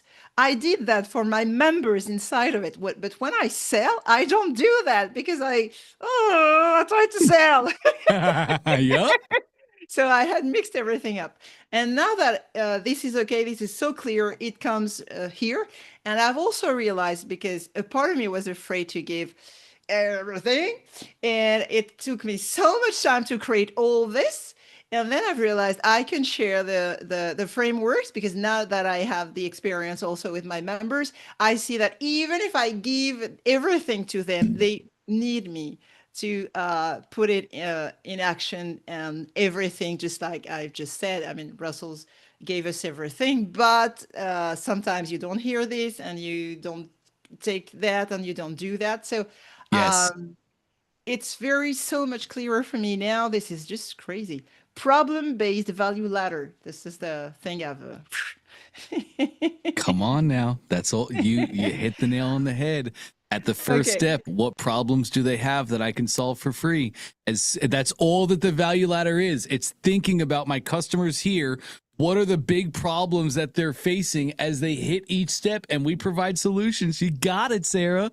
Yeah, and I knew it in theory, but when I was selling, I was thinking about my product, not their problems. So this is why I was stuck. I mean, because I used then my products, then I want to sell this product first, and I was about my solution and my method, and I was forgetting them and their problems. When I talk to them, I'm with them, I'm really on their problem and listening. But when I was selling, I just was throwing everything away. So this was my problem. So if it can help anyone, I just share it. Oh, I'm sure that does, Sarah. I see many people hit that problem when crafting their webinars. There are a lot of moving parts, and then we typically get them confused. And it's such a better sell when you say, so now you're probably wondering, well, what about this thing? And don't worry, gang, I have a whole product to help you solve that. And then once you get this problem out of your way, I bet you're thinking, well, how do I do this? And never fear, here is Sarah. Yes. Yeah, and I know how to choose. What do I share? You know, one of my problems was also, I'm supposed not to teach too much. So I'm supposed to have a high level explanation.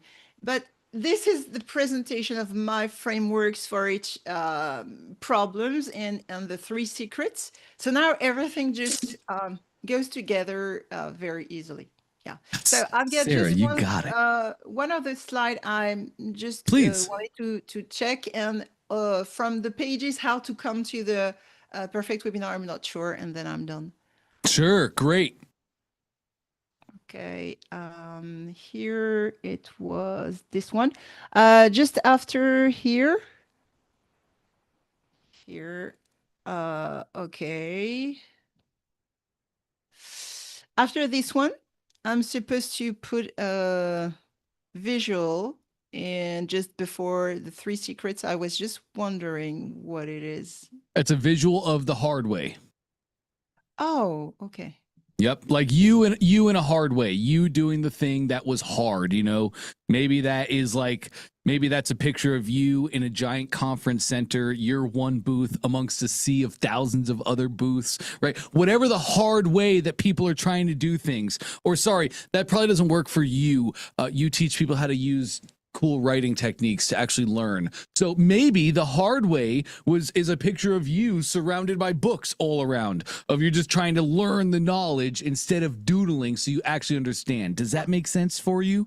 Yeah, definitely. Or trying to convince people and no one understanding what I say, what I do, or finding it very complicated. Yeah. Yeah, absolutely. Great. Yes. Great. And there's another visual I'm not sure about here. Just after ask for permission to sell. Then this is visual too, and then here. So I'm not sure about the visual, what it is. Ooh, I'm not sure about that visual, Sarah. Great question here. I've never used a visual after. I never used a visual after sell. I mean, it may be a detail, but as I'm here, I just wanted to check and see. I know. No. This is a great question. Let me see. I think I have what I need on my desktop.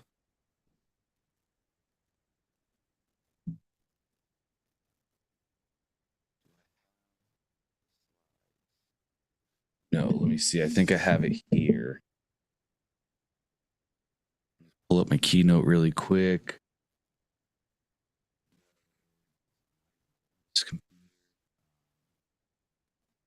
Try this. 1 second.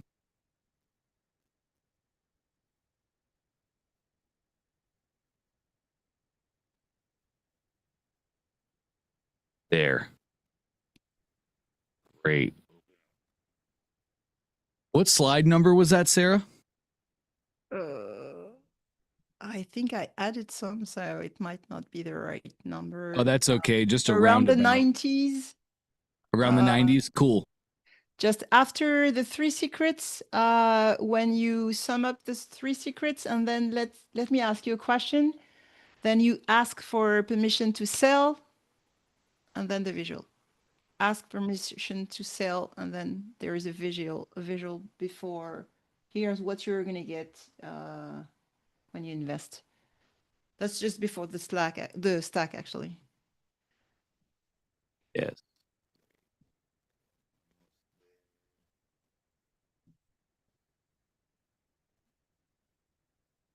Between the recap of the 3 secrets and the start of the stack.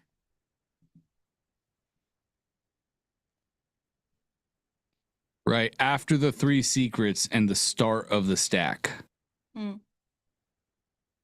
Yes. That's special offer.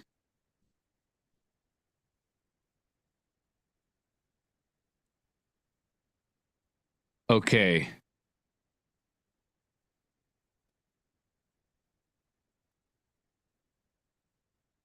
Okay.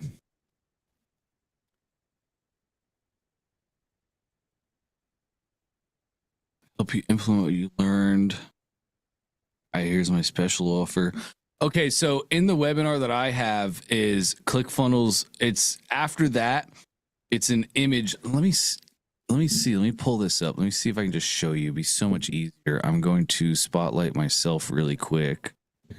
Okay.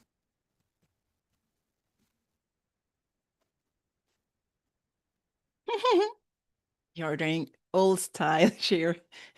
Screen sharing. Love it.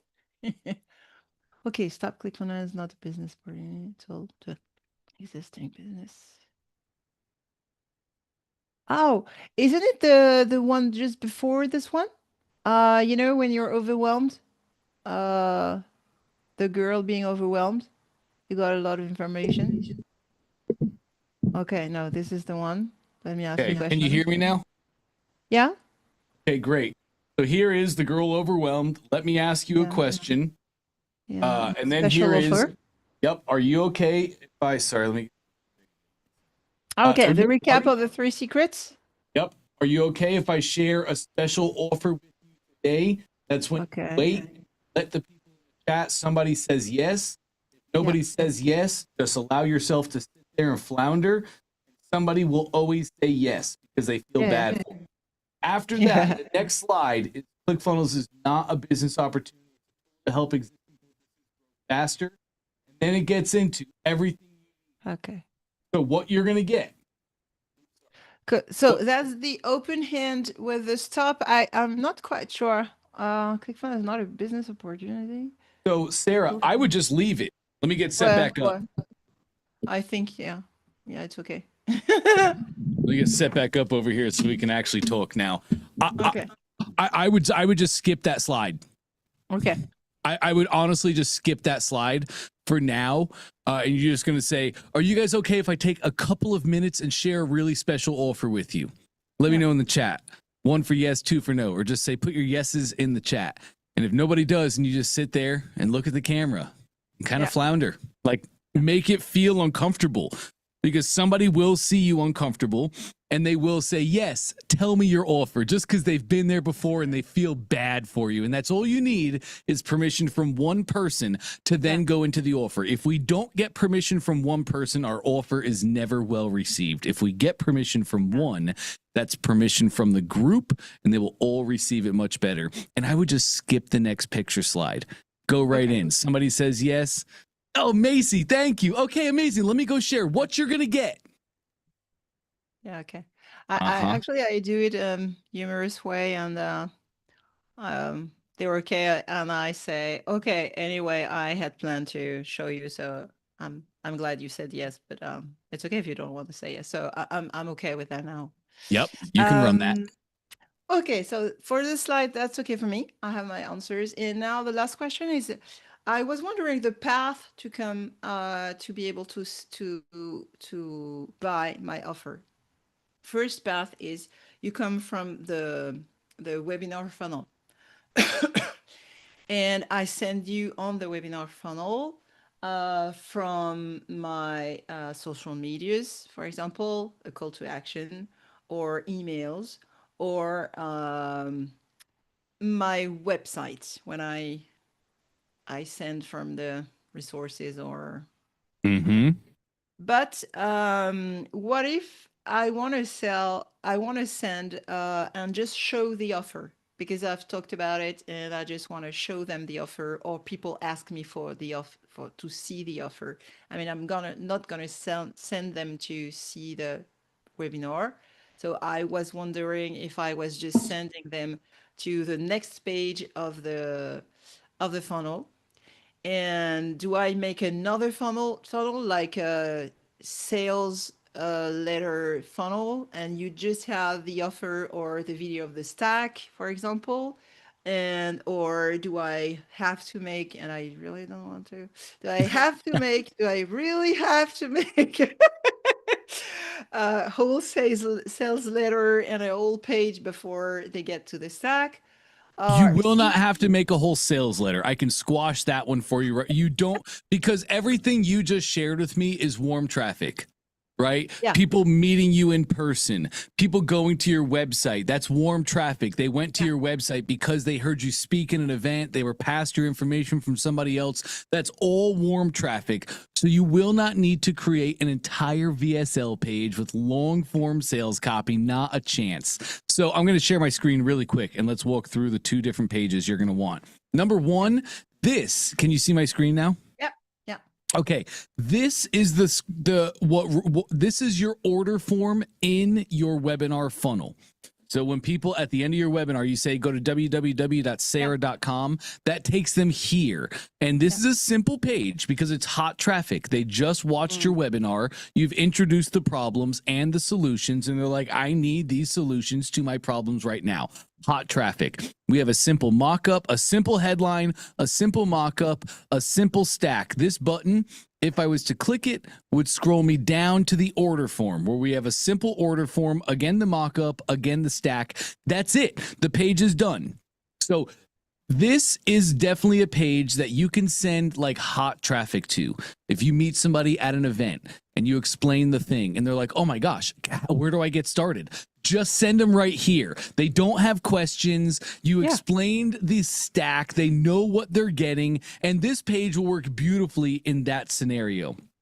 You're going to have other scenarios, though, for cold, for warm traffic, and maybe cold. But this is going to be people that are interested, but they probably need a little more information. And so you'll create a page just like this.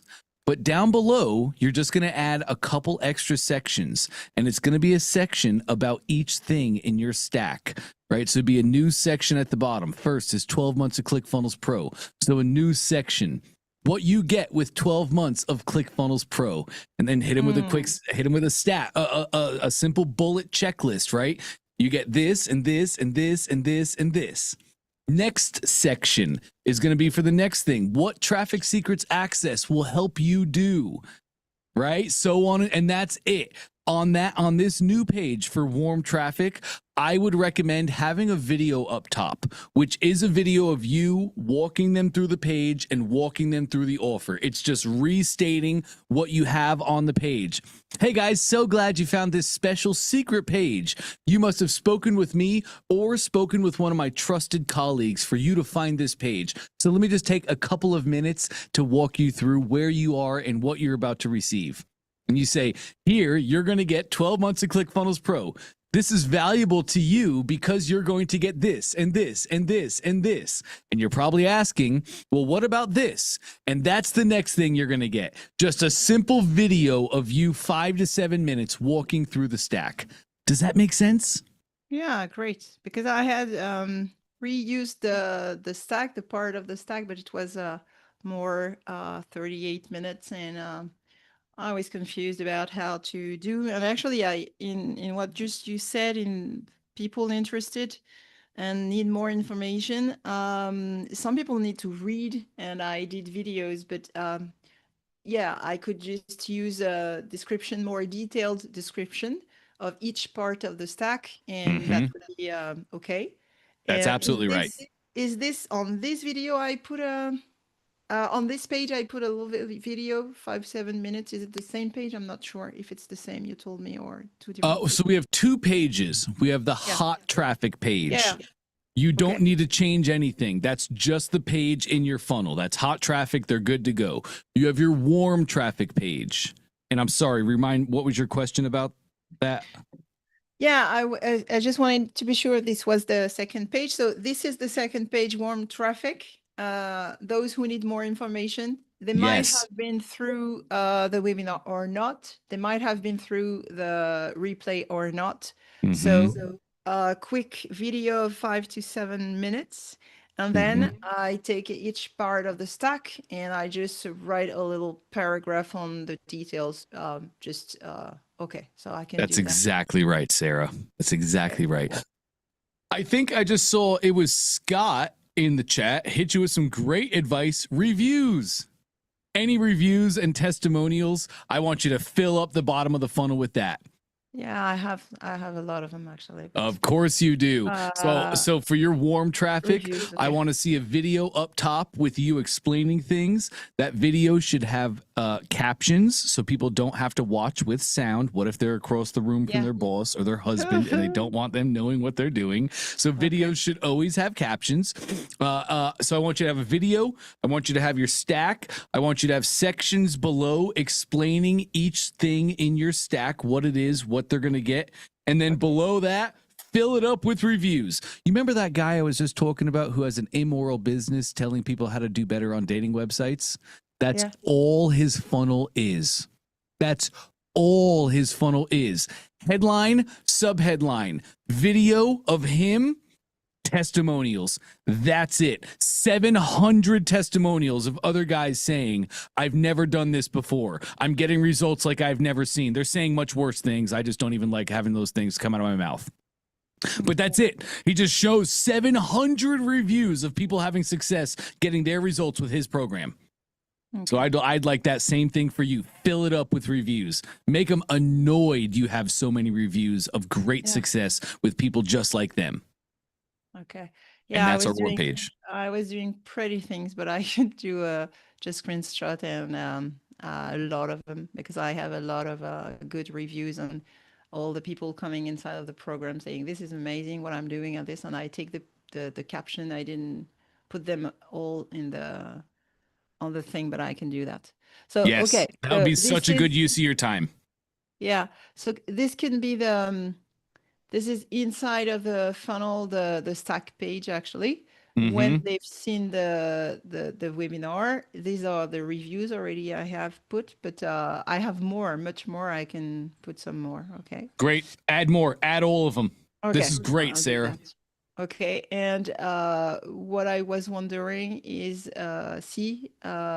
this was here. I was sending them on the recorded stack 33 minutes, 38 minutes here. Right. After the webinar, I was sending them here. and then they can go directly from here to the order form. Yep. So this is what I was doing here. And so this is when they come to the webinar and they attend the webinar, and then they are, if they don't attend, they are sent to this page. Because for now the replay is not, I'm working on it, so it's not very good, so I didn't put it, but I'd be able to put the real replay. Do I have to, where do I put the replay? Here. Do I put the whole replay or just the stack? The whole replay. The whole replay. Okay, so when it's ready, I'll do that. Yep. And then another way they can come to the program is here on my website. When they, sorry, I don't know where is the thing to translate here, but so these are the trainings, the 3 of them, the 3 problems I'm solving, as I told you previously, and they can choose what they want. If they want the first one, I send them here.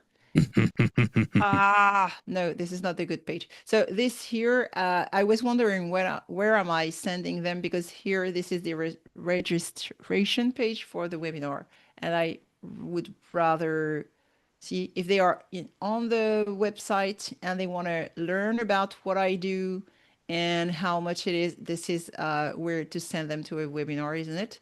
Yes, absolutely. So this is the new page we talked about. This is where I will be sending them, right?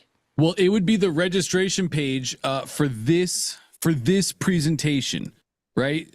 Yeah. Do you have multiple webinars? Is that what you're doing at the end of the day? No. It's one. No, I finally decided to do just one and to sell just one. But actually, since I have these others, if they come here, they go to my application funnel, and there is all the reviews and all, because it exists, so I just send them here.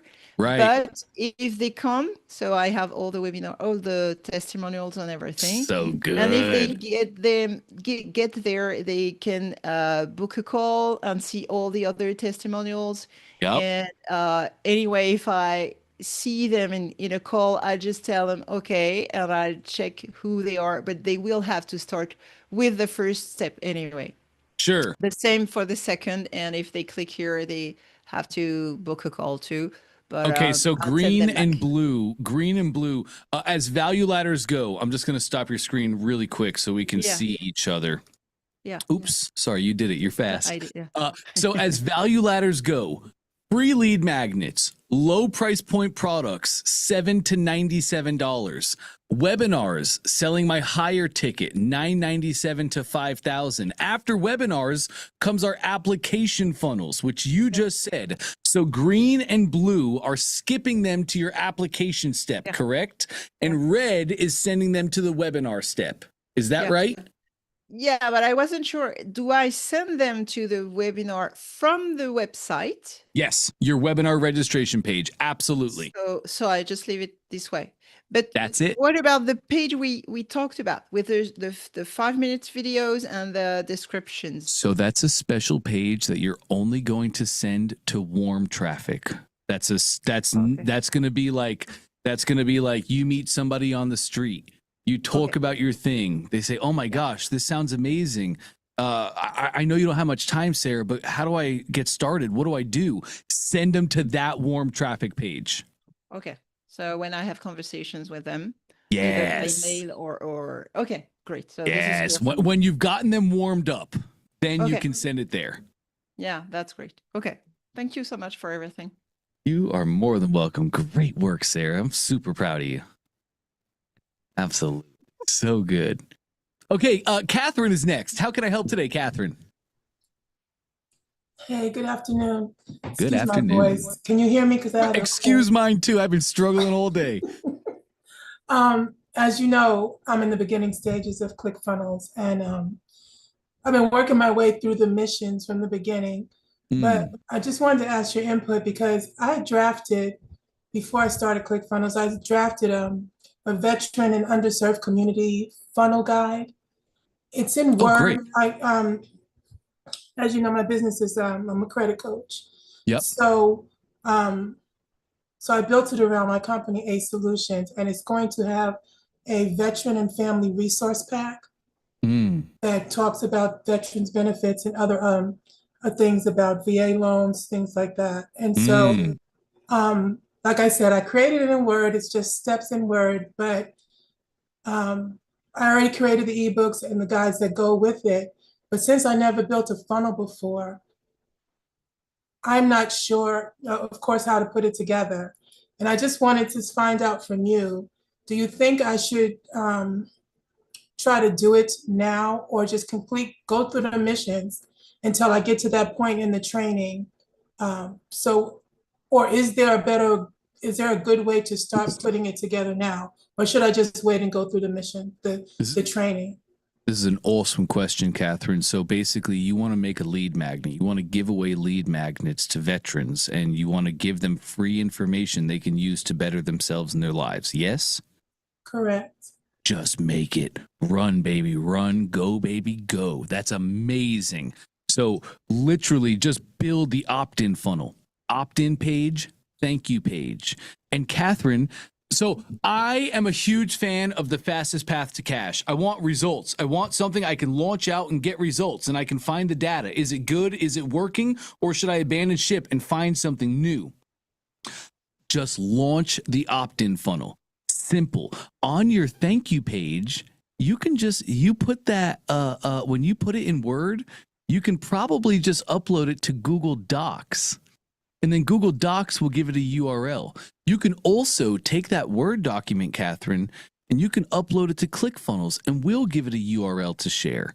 But literally all you do is on the thank you page, put a button that says click here to receive your guide. And that URL sends them over to the guide, even if it's just like a Google Doc. That works. That's always worked. That always will work. Fast. We're moving quickly. Does that all make sense? So basically, don't even work on trying to do a ClickFunnel right now. Just do the basic email with a link to the documents.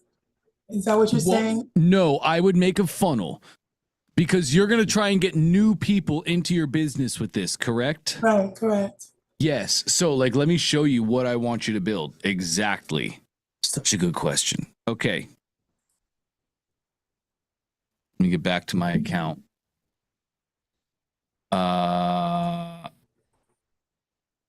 Say that. I'm gonna make one from scratch for you right now, Catherine. We're gonna create a funnel. Okay. We're gonna start from scratch. By the way, we have tons of great templates now, gang. If you want to run lead funnels and collect leads, here's a ton of beautiful templates that are already set up. So feel free to take some time and look through these if you guys would like to. I love using templates and just editing and tweaking my templates instead of starting from scratch. I'm a horrendous designer, so templates are amazing for me. But I'm going to start from scratch here. We're going to name this Catherine Lead Funnel. Okay. Here we go. Add a page. It's going to be an opt-in page. And I'm just going to actually start from scratch as a new page. It's going to be opt-in. Create the page. Next, I'm going to create another page. It's going to be a thank you page. For me personally, I'm just going to use this template. It's simple. It's easy. I can build upon it. We're going to say this is a thank you page. Go ahead and create that page. That's it. You're going to create your opt-in page, Catherine, and it's going to be simple. It's going to look exactly like this. We're going to add a section of one column row. We're going to add a headline and a subheadline. I'm going to add a new row. It's going to be a 2-column row. On the left here, I will have a video or an image. Depends on what you want to do. On the right-hand side, I'll have a headline, a subheadline. I'll then have my inputs. I want to collect their name and their email. So I have 2 inputs. Finally, I'd put down a button. That's it. Let's say you're going to go with an image. That's it. That's all that we need. We can add a new section down here below, a blank section, a 1 column, and we can add more copy to this. Like we can tell our story. Why is Catherine passionate about military veterans and their lives? Like, why are you sharing this? You can add some more stuff to that, but it's just a headline. Attention veterans, don't miss out on all the amazing things that you've earned. Uncle Sam, go ahead. I'm sorry, in the chat, in my Word doc, I put in the opt-in page, step 1. In the Word doc? In chat, I put it in chat. Well, it's in my Word document, but I cut and pasted it in chat so you could see what the headline was in the subheadline. Uh-huh. Yes. Oh, and you already have the images. You already have your mock-up.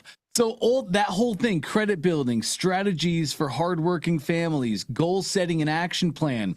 Catherine, make that all one image, and then you can add that image right here to your image element. Now, all of those things show right here, and that's it. And this opt-in page, this is what you're going to run traffic to, whether you're running paid ads or whether you're just going live on TikTok to generate attention. You all send them to this page so that they fill out their name and email. And when they hit submit, you collect their lead. Now you're building your list. Now you're actually building a business.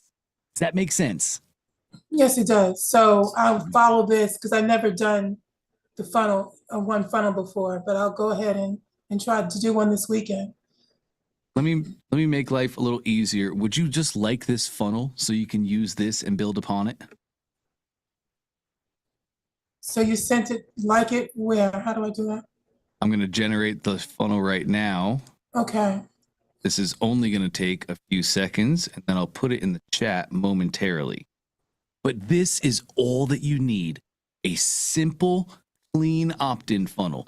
Now you can start talking about the things you're passionate about to the world, and now you have a place to direct them where they can get results and they can get started.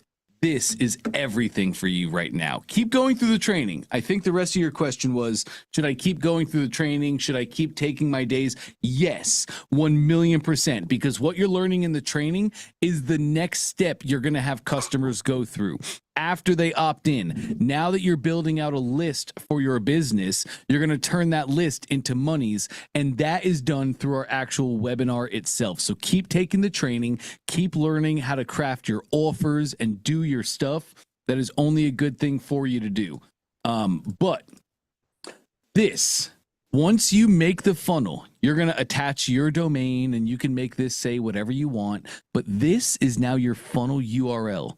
So you send people to this URL, they enter the funnel where they opt in, you collect their emails, then they go to a thank you page where you just put your asset as a button on the thank you page. Easy peasy, done live. Wow. Okay. Thanks, Dante. Absolutely. I just put a link in the chat for you, Catherine. It's the most recent link. You should be able to see that. If you click on that, it's going to open up a new tab. And then you're going to choose the workspace that you want this funnel added to. So just choose the proper workspace. So it says log in. Oh, you're not logged into ClickFunnels. Yes, log into your ClickFunnels account, and then you'll choose the workspace to add that funnel to, and you can go hit the ground running. Great. Thank you. Always a pleasure. Great question, Catherine. Thank you for it. All right, let me go to my chat really quick. I believe, yes, Jacqueline is next. No, excuse me, Debbie is next. And then Jacqueline after that. Hi, Debbie. How can I help today? So I set up my lead funnel for giving out a lead magnet yesterday. Bingo. And I got all excited, thought it was all done, you know, rocking and rolling. But the test people never got. They clicked, they went through the funnel, but they never got the freebie, which is a PDF that I have on a Google shared drive where I did copy the link and I believe I pasted it in there, but they didn't get the email at all, the return email with the click here. And then I got an email from ClickFunnels that said that something's wrong with my DNS. Like there's a problem with your DNS configuration for debbie-myers.com. So, and I tried to go out there and look at my debbie-myers.com and I can't see it. It says it's connected. I got green, I got authorized. So I was hoping you could help me with that. Yes, I definitely can. Can you share your screen, please? I can.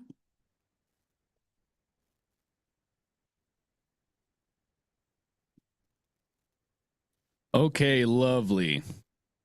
Debbie Myers is connected. That's fantastic.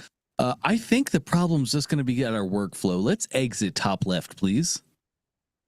And then we'll go to our funnels. Yep, bingo. Funnels. It's this one, the promotion coach. Nice. Let's click in. Okay, and you do have a workflow connected. I can see that. Oops. I can see that right there. Yep, that green envelope. So click your green envelope, please. And it's active. Interesting. Okay. Adding a tag, sending the email, pause. You did a great job with the workflow here, Debbie. Click your send email step, please. And then edit bottom left.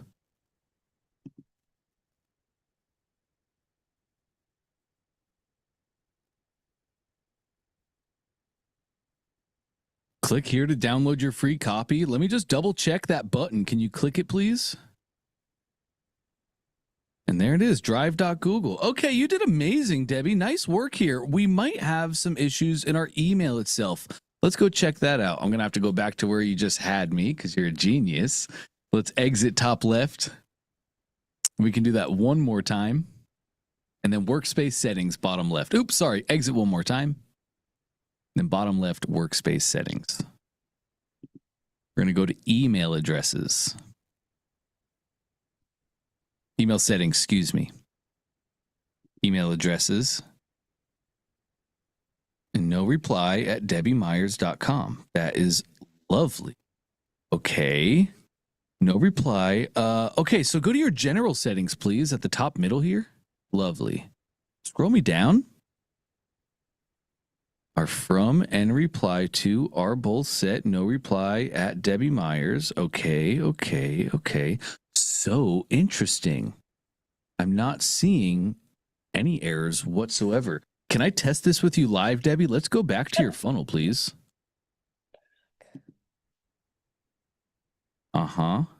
Nice. And click into your funnel name. Beautiful. Top middle, there's going to be a URL, your funnel URL. Yes, click that and copy it, please. And then put it in the Zoom chat. Is there a copy button or do I just... If you just click it, it automatically copies. Oh, okay. Nice. In the chat. Come back. Where are you? So that little Zoom control bar that's kind of floats around, if you put your mouse on it, you should see all the settings, including chat, pop up. Oh, thank you. Absolutely. Okay, great. I got you. I'm going to go opt in really quick.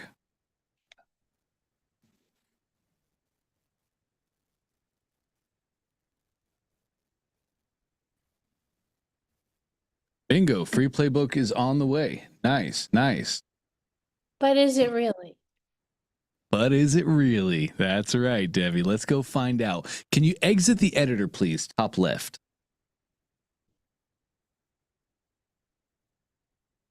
And let's go to our customers tab. And then contacts. Okay, there I am. CF test Dante. And I imagine Jeff is your other tester, correct? My husband, yep. Lovely. Okay, two things I'm seeing is the tags are not applied on the contact. And we just checked your workflow, and your very first step is tagging. So I do expect those tags to be applied. Can you reload the browser, please? Just up here, reload. Yes, perfect. Debbie, where do you live? Murrieta, California, Southern California. Oh, wow. Nice. You're amazing. Okay. Can you reload the browser again? Interesting. Go to your automations on the left. It's under your apps. Yes, scroll that down. Oh, under here somewhere. Yes, and then automations and then workflows. Bingo. I believe it's the promotion playbook workflow. Yes. Go ahead and click into that, please.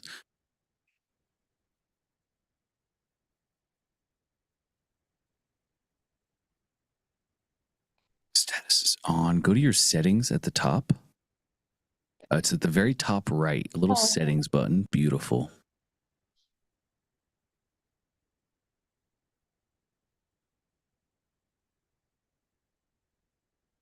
Back to back. That's great. Okay, close that down.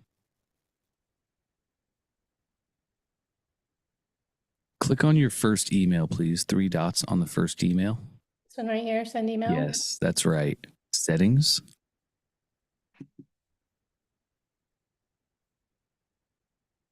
From address and reply to address. Oh, this is very interesting, Debbie. Can you say, just close that down in the top right of the pop-up, please? I got to go check the contact out again. Exit the browser top left. Or, excuse me, exit the workflow. Back to your customers tab. And then contacts. And there's my tag. So it just took a little bit of time for that to run through. It was just servers updating. So that's great. Functionality works. Workflow is firing. Tags are being applied. Let me just go check my email really quick. I haven't seen any errors that I would see to slow us down. So let me go in here. Deborah Myers. Oh, email landed in promotions, Debbie. It's okay. Please don't be worried. This is a brand new email, correct? Yes. This happens. You've done nothing wrong here. Well, let me confirm you've done nothing wrong. Oh my God. There's never thought to do that. Never thought to look in promotions. You and the rest of the world, we're just learning. Everybody does this, Debbie. Don't feel silly. So when you set up a new email address, there's 3 records we want to add so that we verify our email. That's an SPF, a DKIM, and a DMARC. Did you add those records? Yes, I believe Beautiful. I did. You did amazing then. And it's like, whoa, but you said promotions. Wait, I added the records. Happens all the time, Debbie. Even though you made the records properly, you're still the new kid on the block. And with the protection that email providers and inboxes have these days, trying to fight spam, they're always going to send you to promotion. An easy way to get out of this: have your husband go to the promotions tab, have him white label your email, have him respond to your email and interact with it, and then send this to a couple close friends, have them do the same. Once we send a couple signals to Gmail and other email hosts of, wow, this email was taken out of, it was white labeled, and they responded to the email and interacted and engaged. Now you're no longer a spammer, you're Debbie Myers of your business, and you go right to the inbox. Okay, great. Awesome. Thank you so much. Always a pleasure. It was great questions. Do you have any more? No, that was it. I actually did have one about the I'm all in, but I can probably just ask support about it. So or I can answer. Well, my question was, you get 12 months free of Pro with the I'm all in program. I wanted to know what Pro means, because when I go out to the website, there's like the 3 pricing structures are launch, scale, optimize, 97, 97, 297. So I just wanted to know what that Pro meant. What did I get for that? It's a great question.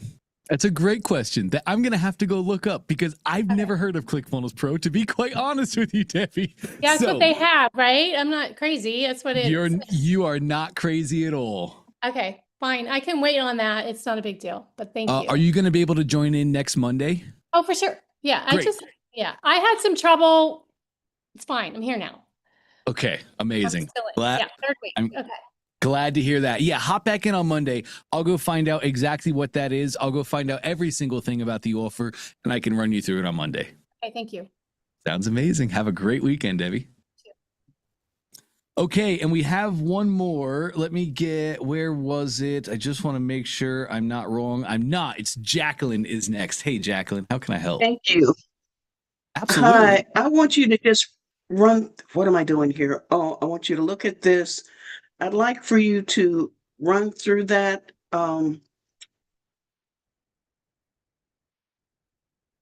as a live thing.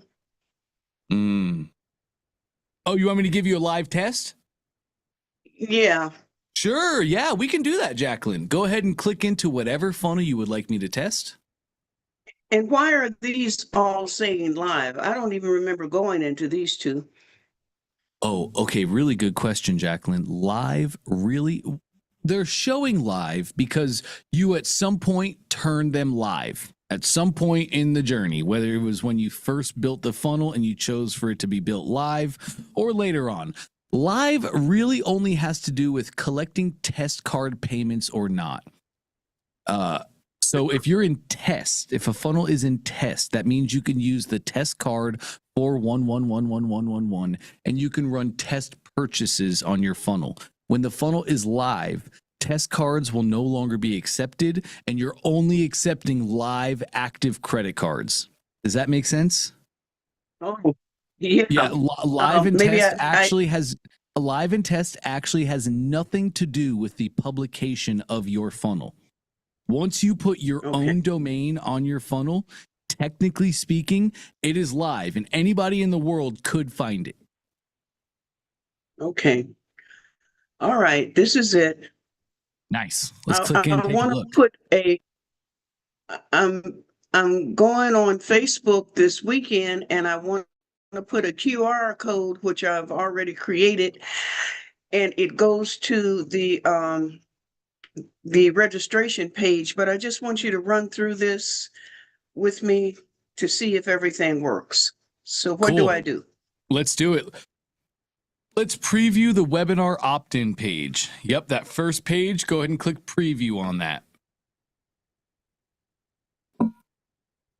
Okay.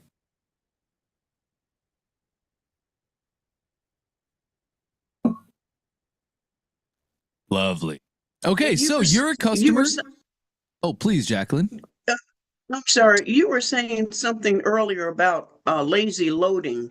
Is this part of the lazy loading thing, the actual funnel, or? Great question. This is your above the fold. Nothing in your above the fold will be set to lazy loading. Yes. Nothing in your above the fold lazy loads because we want all of this to load immediately. Everything below that in the funnel, that's what you can set to lazy. And lazy means sluggish? No, great question, Jacqueline. Lazy. So let's look at this image right here. Keep me on the screen right here. Jacqueline has her above the fold information that she has a video, she has a headline, she has a sub headline. Those will not be lazy. All the images below on the funnel will be set to lazy. Lazy loading will be true. And what that means is the lazy images will not load in until the non-lazy images do load in. So basically, to put it in a more normal term, nothing in your above the fold is set to lazy. So your above the fold loads first. And after your above the fold loads, then everything else will start loading in.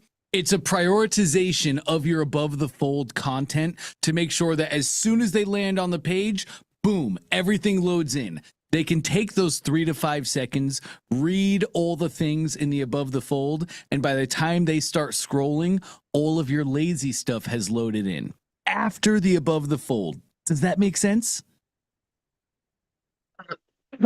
I'm going to say yes, because I don't want you to go off on a tangent. I'm good. You're smart, Jacqueline. So we want to run a little test. Make sure everything is rocking and rolling. Let's go to the top of the funnel. Okay. Well, I think you need to see the rest of it because it's going to take you back to the top, I think. But sure. I'll follow instructions. I won't be. No, we can go test. It's okay, Jacqueline. We can go test that. I understand you're trying to test the functionality. You want to make sure that if somebody goes to the bottom of this step, that we make it easy for them to register. So let's go scroll down and find some other buttons. No, keep taking me down, Jacqueline. You're wonderful. Okay. What you'll discover. All right. Bonus gift when you attend. And this, come on. So what they have to do, I don't know if I touch this, what it does nothing. Good. So they would go back up to the top. Yes, they and didn't register there's my button. already. There's my button at the bottom. Yeah, go back down to that red button all the way. Nice. Click that, and let's see what happens.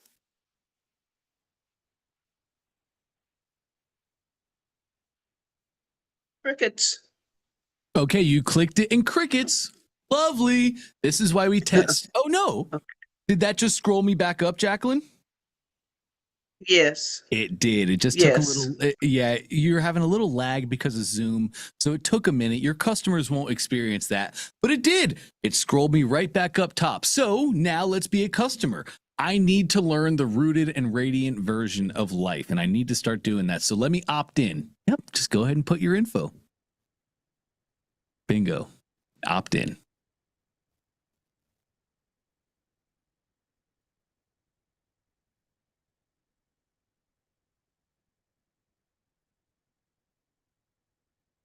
Okay. So this is the congratulations, you're in, blah, blah, blah. And this is the item.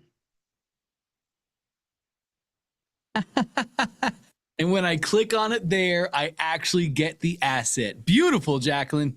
Yeah. Okay. Now, so they're happy. Okay, let's go back to, what do I want to go back to? What now am I looking for? I'm looking for the I don't know what I'm looking for. Really? What? You're done, Jacqueline. You're done. I want to check one more thing. Before I do, I have to step away for a quick moment. Give me 2 seconds. I'll be right back and we'll finish this up. Okay.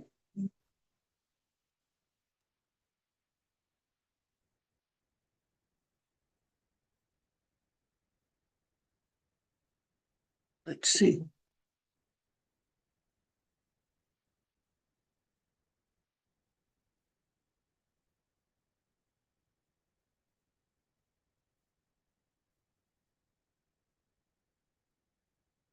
No, not you.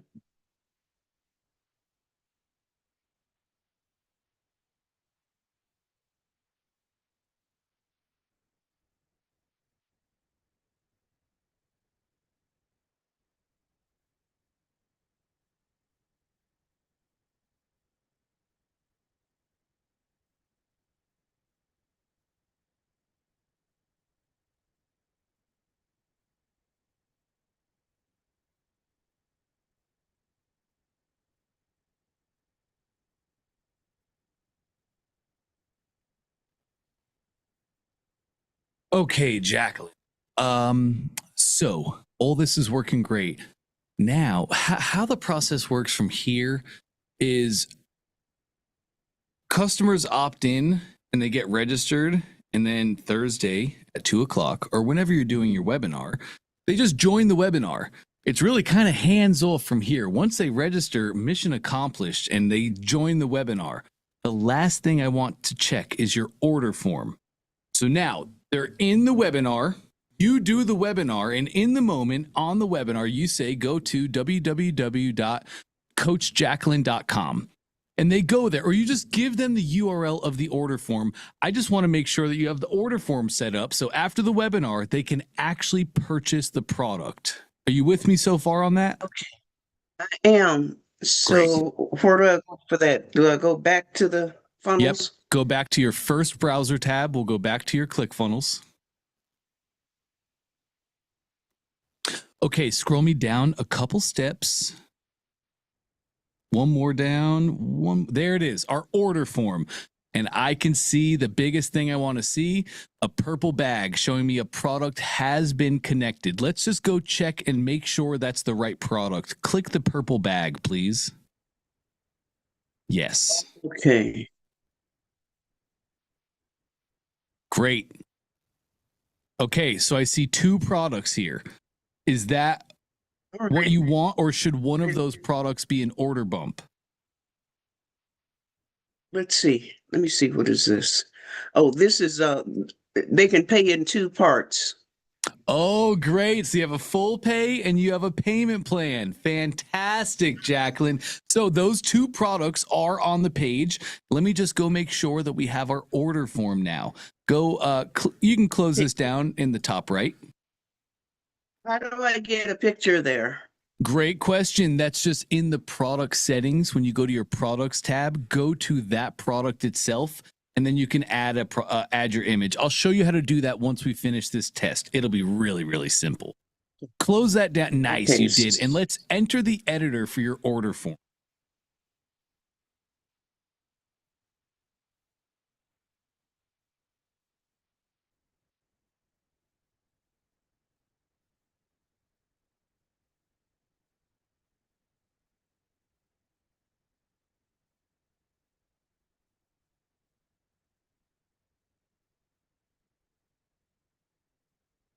Okay, I can see the order form is already right here. Let's go take a look and just make sure.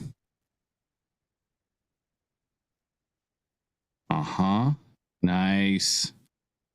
There's my two products. Look at you. Come on, Jacqueline. Payment plan. You put it right in the title there. Great job. Billing information. You added PayPal to the funnel. Come on, Jacqueline.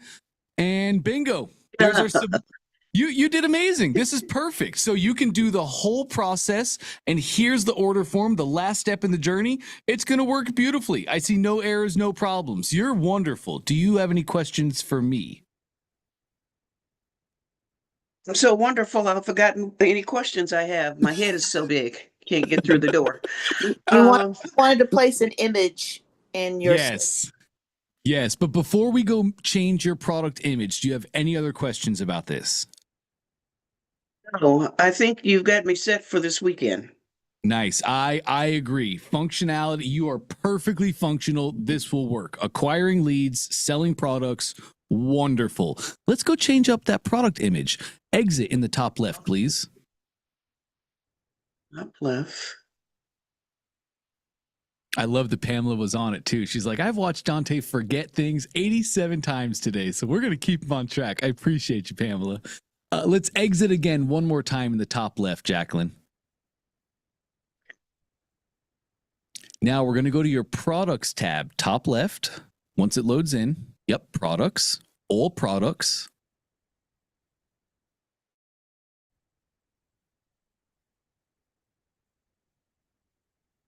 Let's just let this load in. And it looks like, I don't think it's this one. Click that little back button in your breadcrumbs. Where's the breadcrumb? Do you see that drawing that I made on your screen? Right here. Yes, perfect. Great. Let me get that out of your way now. I can tell that's the product because there's no image on that product. Do you agree that's the product? Let's see. Yeah, that would be the product. I agree. So let's click the name of it. We'll go into the product settings. Okay. All right. And then select an image. Yes, ma'am. That's exactly right. Okay. I'm good. I released this chair. I couldn't agree more, Jacqueline.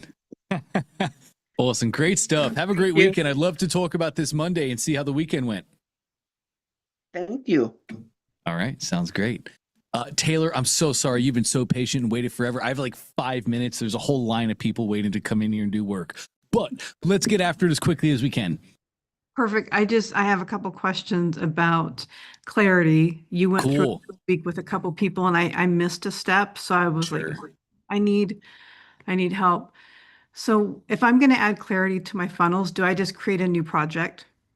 Yes, you'll want to have funnels as new projects or really brands or businesses. For each brand or business, you make a project. And inside of that project, I'll show you this, we can add funnels. So you can have like the brand Alchemist as a project. And then let's say you have 10 funnels for that brand. You can load all 10 funnels in and track everything independently. That's awesome. And then yes, it is.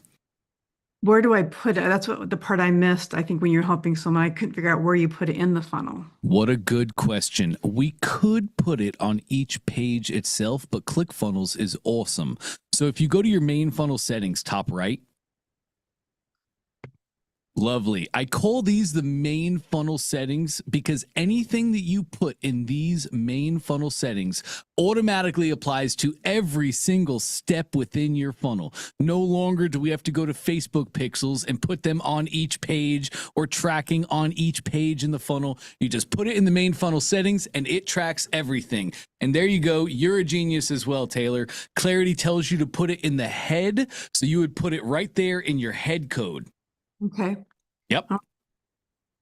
All right. That's simple. It is. Yeah. Thank you. That was my two things, was just trying to figure that piece out. And then if you have time really quick, my other question I had was about the emails. You know how you were talking, let me get it really quick. You were talking about, oh, hold on. What did I just do?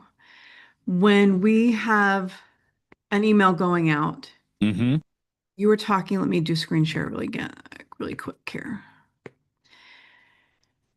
You were talking about, oops, not that one. How do we, so that automated email that goes out, you were saying we go down, and I think I blinked or something, but what do we add? How do we add the merge tag? Oh, great question. Okay, so like go up next to your in. Okay. Yeah, and put your mouse after in. Just put your little selector right after in between in and the exclamation point. Okay. Yes. Okay, now click merge tags. And now you probably want to display the contact first name. Hi, you're in, Taylor. So click contact first name. Great. Now just put a space in between in and that merge tag, which is bracket. Yep. Put a little bingo. There we go. And you probably want to take your exclamation point now and back it a space. Yes. Beautiful. There it is. So now it says you're in bracket contact dot first underscore name. It will propagate the contact's first name. You're in, Taylor. You're in, Scott. Okay, perfect. All right. Thank you. Yeah, that was it. I know I hiccup or I blink and I look away and I'm like, what just happened? I messed up. One of these days, I'm going to figure out how to go slower, but I will have a lot less people to work with. That is for sure. Taylor, you can also hyperlink merge tags to text. Just want to let you know about that. So there's really cool things we can do with merge tags. But to get you started, just do what I showed you there throughout your emails, rocking and rolling. Okay. Is there a video or anything you've recorded prior to about merge tags to better understand? I do not have a video that I've personally made. Let me notate that. That's a lovely idea. Notes. Sorry, I have to do this in the moment because I promise once I walk out that door, I'm walking into mayhem and I'll forget. So, you know.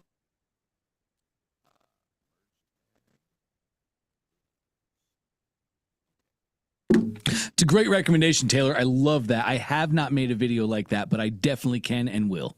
All right. Well, thank you. Thank you. This whole week's been amazing. I've learned so much from everybody. So thank you. I love that, Taylor. So glad to hear it. Really am. Have an amazing weekend. Thank you. You too.